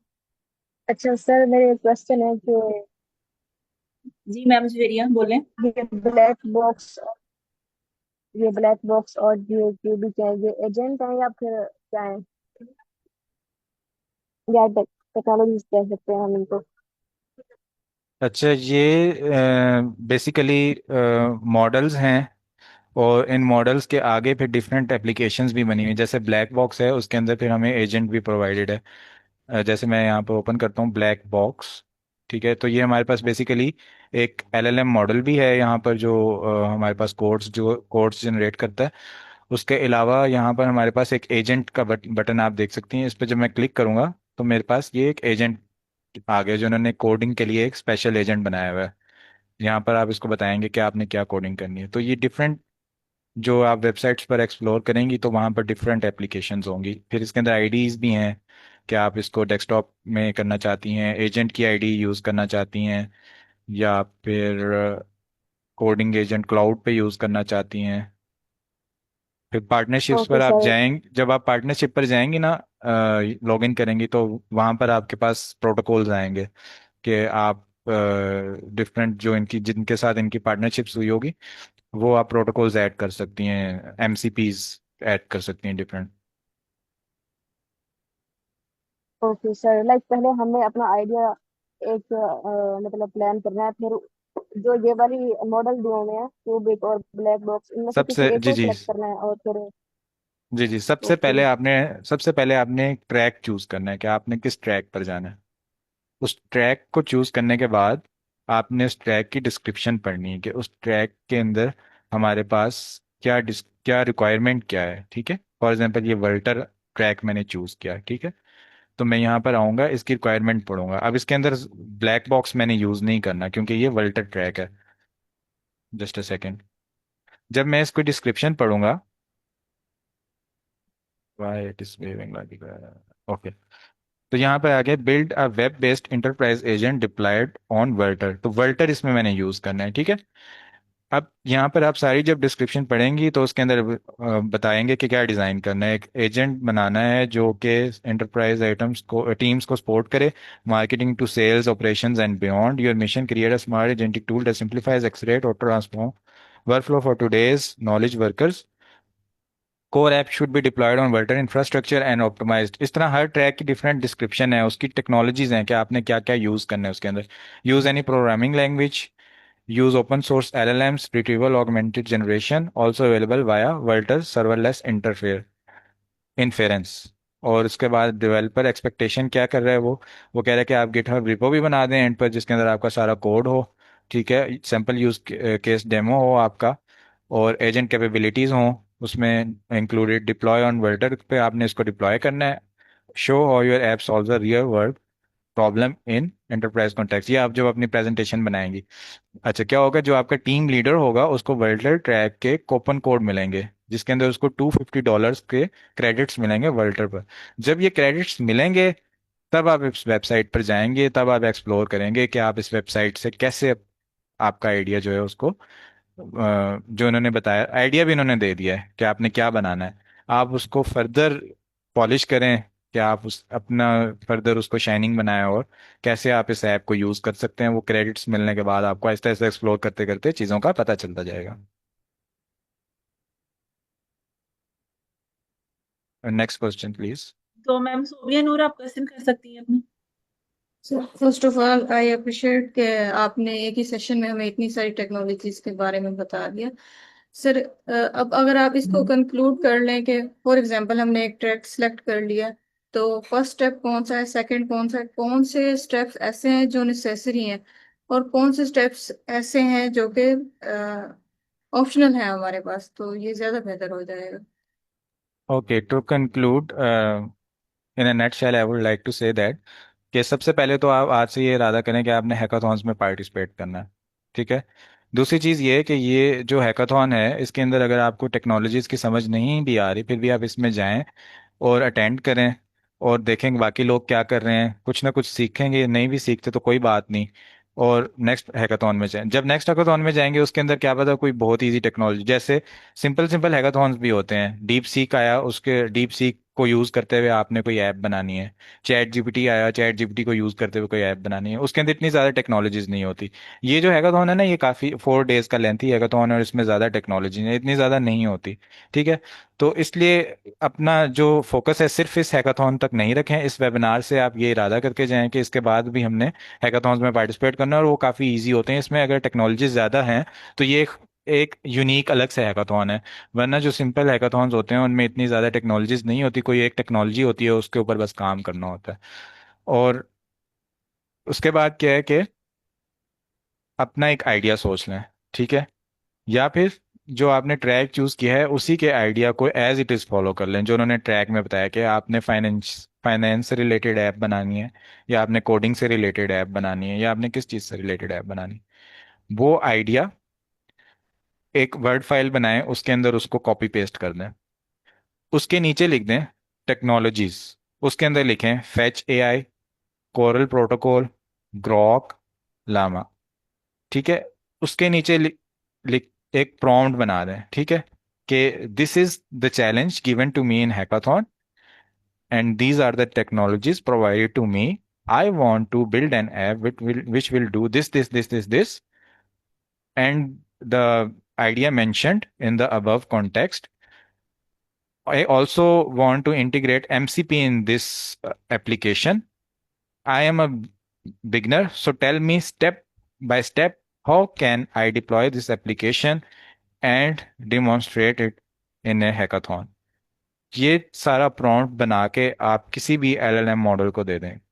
किसी भी को देने के बजाय 3-4 को दे दें। डीप सीक को भी दे दें, चैट जीपीटी को भी दे दें, क्लॉड को भी दे दें, परप्लेक्सिटी को भी दे दें और देखें कि वो क्या स्टेप्स बता रहे हैं। और उन स्टेप्स को नहीं समझ आती अगर आपको कि कैसे फॉलो करना है तो फिर उसको दोबारा एक प्रॉम्प्ट दें कि आपने ये जो स्टेप्स बताए हैं या तो इनको फर्दर एक्सप्लेन कर दो या फिर इनको एक्सक्लूड कर दो मेरे प्रोजेक्ट के अंदर से। सिर्फ ग्रॉक एपीआई डाल दो और जो ये ट्रैक ने जो चीज़ें बताई सिर्फ ये डाल दो, बाकी सारे इसको निकाल दो, मुझे इसको समझ नहीं आ रही कि ये क्या करना है। अगर फिर भी इन सारी चीज़ों के अंदर आप सक्सेसफुल नहीं होते तो सिंपल आप मतलब इस सेशन में आई होप कवर हुआ होगा कि जनरेटिव एआई की सिंपल रैग की ऐप कैसे बनाते हैं या कोई भी simple calculator I think cover हुआ हुआ है इसके अंदर कि कैसे बनाते हैं। फिर आप क्या करें, हगिंग फेस पर जाएं, स्ट्रीमलीट वाली वही ऐप बना दें एक नॉर्मल सा आइडिया लेके। ठीक है। और उसके बाद आप उस प्रोजेक्ट को सबमिट कर दें। आपकी बस लैब लैब एआई की प्रोफाइल पे हो जाएगा कि आपने कुछ ना कुछ सबमिट कर दिया था एक हैकाथॉन के अंदर। और अपने आप को समझाएं कि कोई बात नहीं, ये एक हैकाथॉन था, ये गुजर गया। अब जब मैं नेक्स्ट हैकाथॉन में जाऊंगी उसके अंदर मैं और अच्छे से परफॉर्म करूंगी, जो उसमें टेक्नोलॉजी आएगी उसके अंदर मैं एप्लीकेशन बनाने की कोशिश करूंगी। इस हैकाथॉन में मैंने ये चीज़ें सीखी वो मैं अगले हैकाथॉन में इम्प्लीमेंट करूंगी। इसी तरह जब आप 8-10 हैकाथॉन में पार्टिसिपेट करेंगी तो आपके अंदर एक कॉन्फिडेंस आएगा और फिर उसके बाद आप एज अ मेंटोर या एज अ जज हैकाथॉन में जाने की कोशिश करेंगे। सर आपने कहा था कि हैकाथॉन स्टार्ट होने से पहले आप टीम में डिस्कशन कर लेते हैं कि आप कौन सा रोल प्ले करेंगे ना। तो क्या फर्स्ट हैकाथॉन में आप क्या सजेस्ट करेंगे, एज हम डेवलपर एक्ट करें या सिर्फ प्रेजेंटेशन तक ये लिमिटेड नहीं, हो? एज अ रोल मैंने सिर्फ ये बोला था कि जब हैकाथॉन स्टार्ट हो जाए ना उसके बाद जो प्रेजेंटेशन वाला टास्क है ना वो आप किसी को दे दें।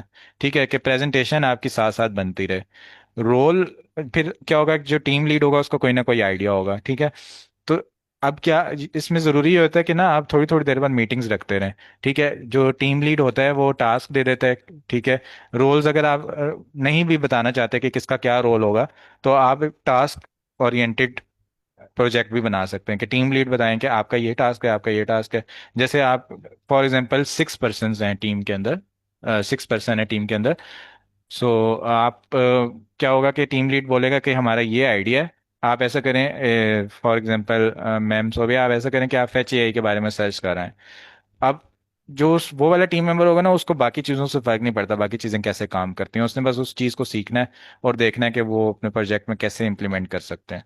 तो ये कोई एज अ रोल नहीं होना चाहिए कि ये मशीन लर्निंग इंजीनियर है और इसने मशीन लर्निंग का मॉडल बनाना है, ये जो है वो जनरेटिव एआई का इंजीनियर आ गया और ये एजेंट्स का इंजीनियर आ गया। नहीं, आप जब एक प्रोजेक्ट में आए हैं तो you are like a team, और एक टीम का लीडर बनाएं ताकि एक डायरेक्शन में काम करें, बार बार मीटिंग्स रखें, पता चलता रहे काम कर रहे हैं, इधर उधर दूसरी डिस्ट्रैक्शंस में नहीं पड़ गए।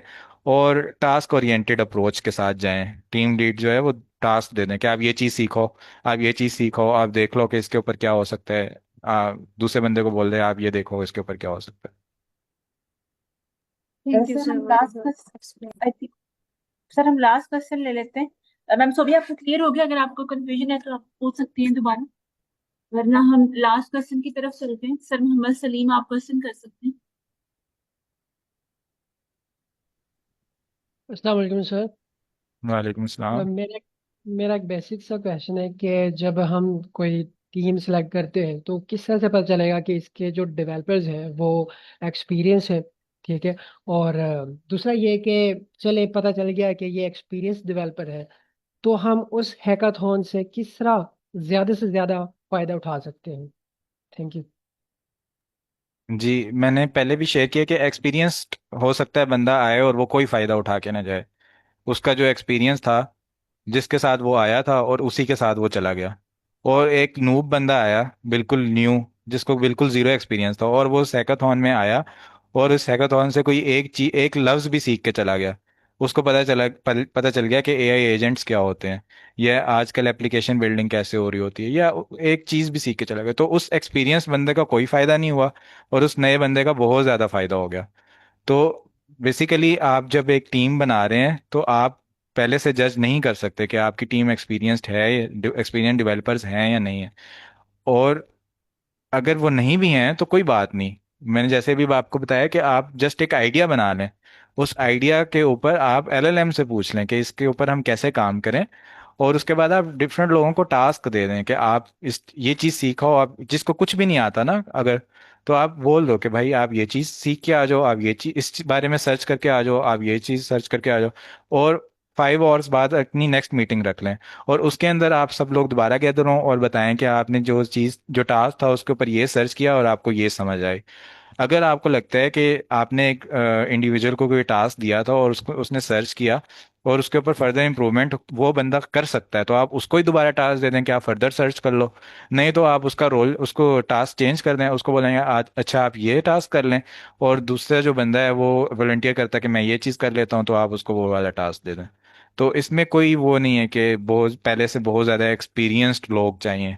ये लैब लैब एआई में भी डिस्क्रिप्शन में इसमें कहीं ना कहीं लिखा होगा कि आपको पहले कोई प्रायर एक्सपीरियंस की ज़रूरत नहीं होती। जी ठीक हो गया सर, बहुत शुक्रिया। Thank you. सर हम अपना सेशन वाइंड अप करते हैं यहीं पर, क्योंकि नेक्स्ट हमारा कोर्स स्टार्ट हो चुका है, उसके पार्टिसिपेंट्स भी ऐड हो रहे हैं। Okay okay, thank you. 1 minute sir.